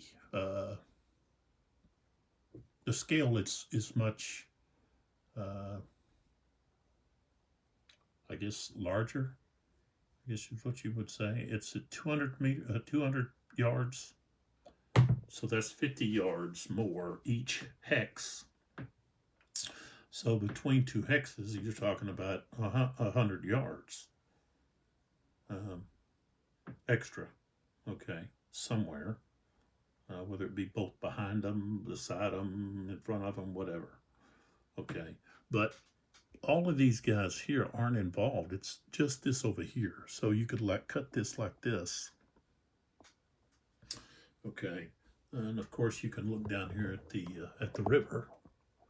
Okay, and see that it's just this. Okay, just like we have here. Okay, and there is no Sherman. You don't see Clark. Okay, Clark's division. Oh well, Clark's division's there over here. Okay, you want to look at it. Okay, there he is. But in this scenario, he's not. Okay, so in the overall battle, yes. But in this scenario here, he's not involved.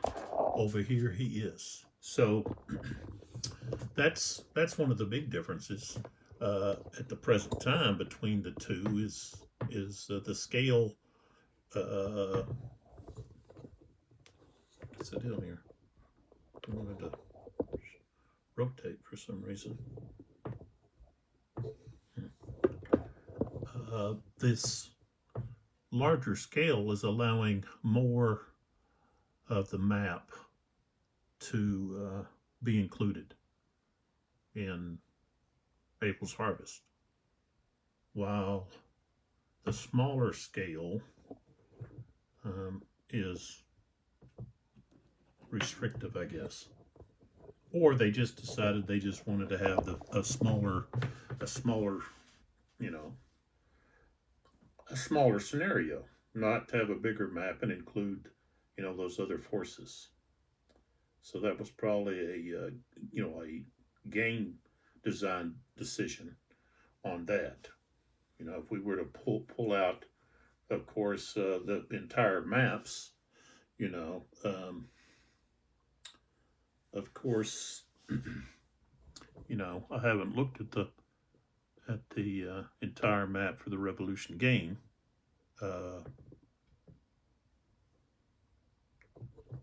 But I have looked at our April's Harvest, and you know, you've got another full-size map here.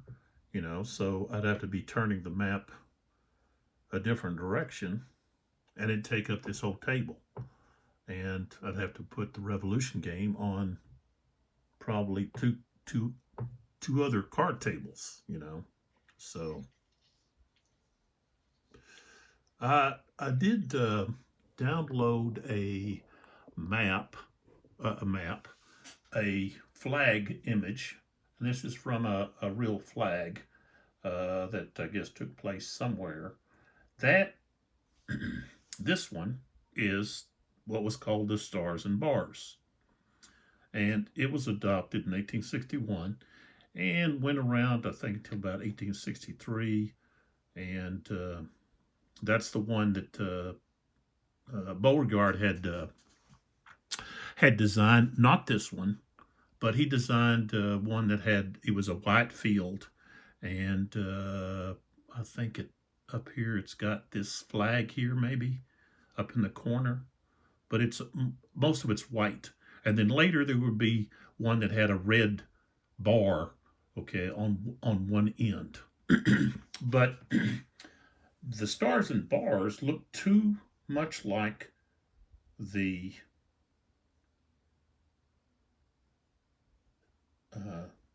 original American flag, okay? And so there's confusion on the battlefield, especially from a distance.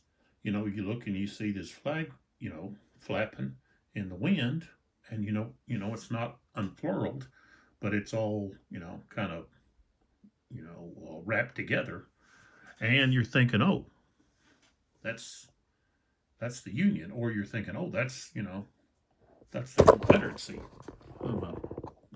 It just started slowly to drop. It's like, what's going on here?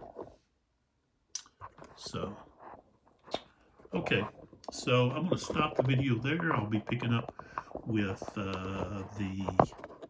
what's the deal here? With the, what it is this, I'll turn that off, see, then you get it like that. So, but yeah, I'll be picking up with the 12:30 turn of April's Harvest, and we'll just keep working through this, and I'll do some investigating into this 23rd Missouri unit that's added to Miller's brigade, and what function it played. I've got some of the book that I've been reading, Shiloh 1862 by Winston Groom. It's a National Geographic published book, and there's some very interesting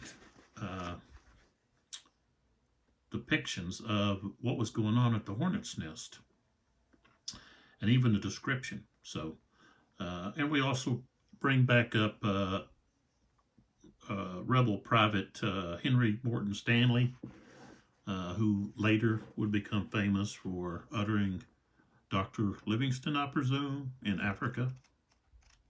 So, and there's other people that you might be aware who they are, like Ambrose Bierce, who later became known as Bitter Bierce. He was I guess an editor, writer, so forth. He wrote a lot of satire, and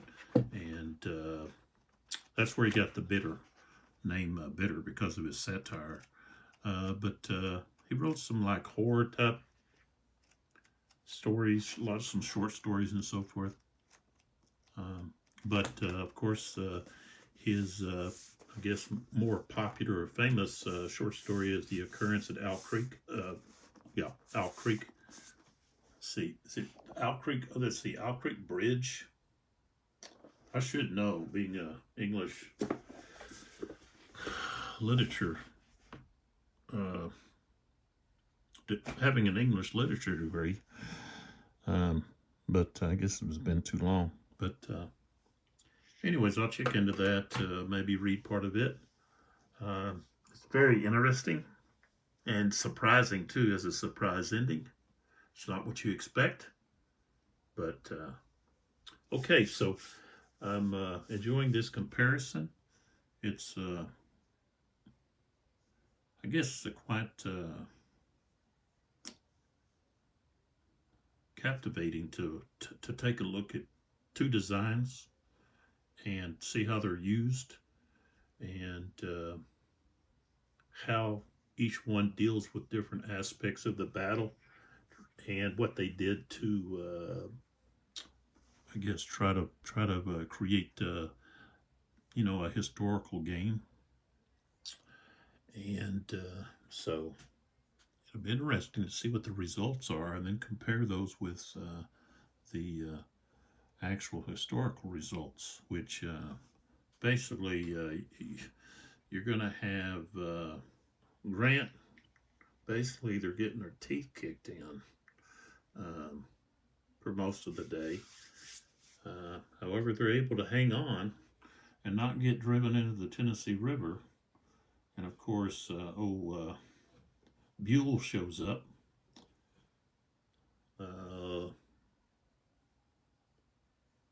Lew Wallace doesn't.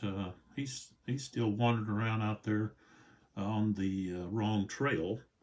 That's another famous individual.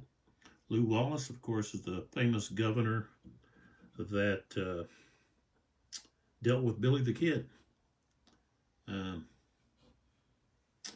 Put a large reward on his head, and would later write Ben-Hur. So, but he got lost, and Grant wasn't too happy about it. So, but thanks for the support. I know there's quite a few of you that have been eager to see more of the blind sword system being played. I usually get a lot of views when I break out one of these, and they're just well designed games. Great components, easy to play, Not a complicated system.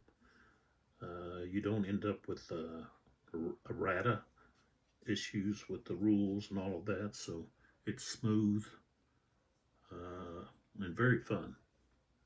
So, but it's kind of neat to compare it with a much older series. Not just a game, but we've got two series here. One at the brigade level, and the other at the really it's the regimental level. You have the brigades, you got divisions, but the counters are regiments. While in April's Harvest, the counters are brigades, and the only way you're going to see the regiments is with the extended counters. And this is an example of one. Oops, so I'll drop that somewhere. Don't know where it went. I'll find it later. I don't know how it could have disappeared, but anyways, so if you want to know about the about both of these games, then check out the description section of the video. So, all right, we'll see you in the next one where we'll start the 12:30 turn for April's Harvest.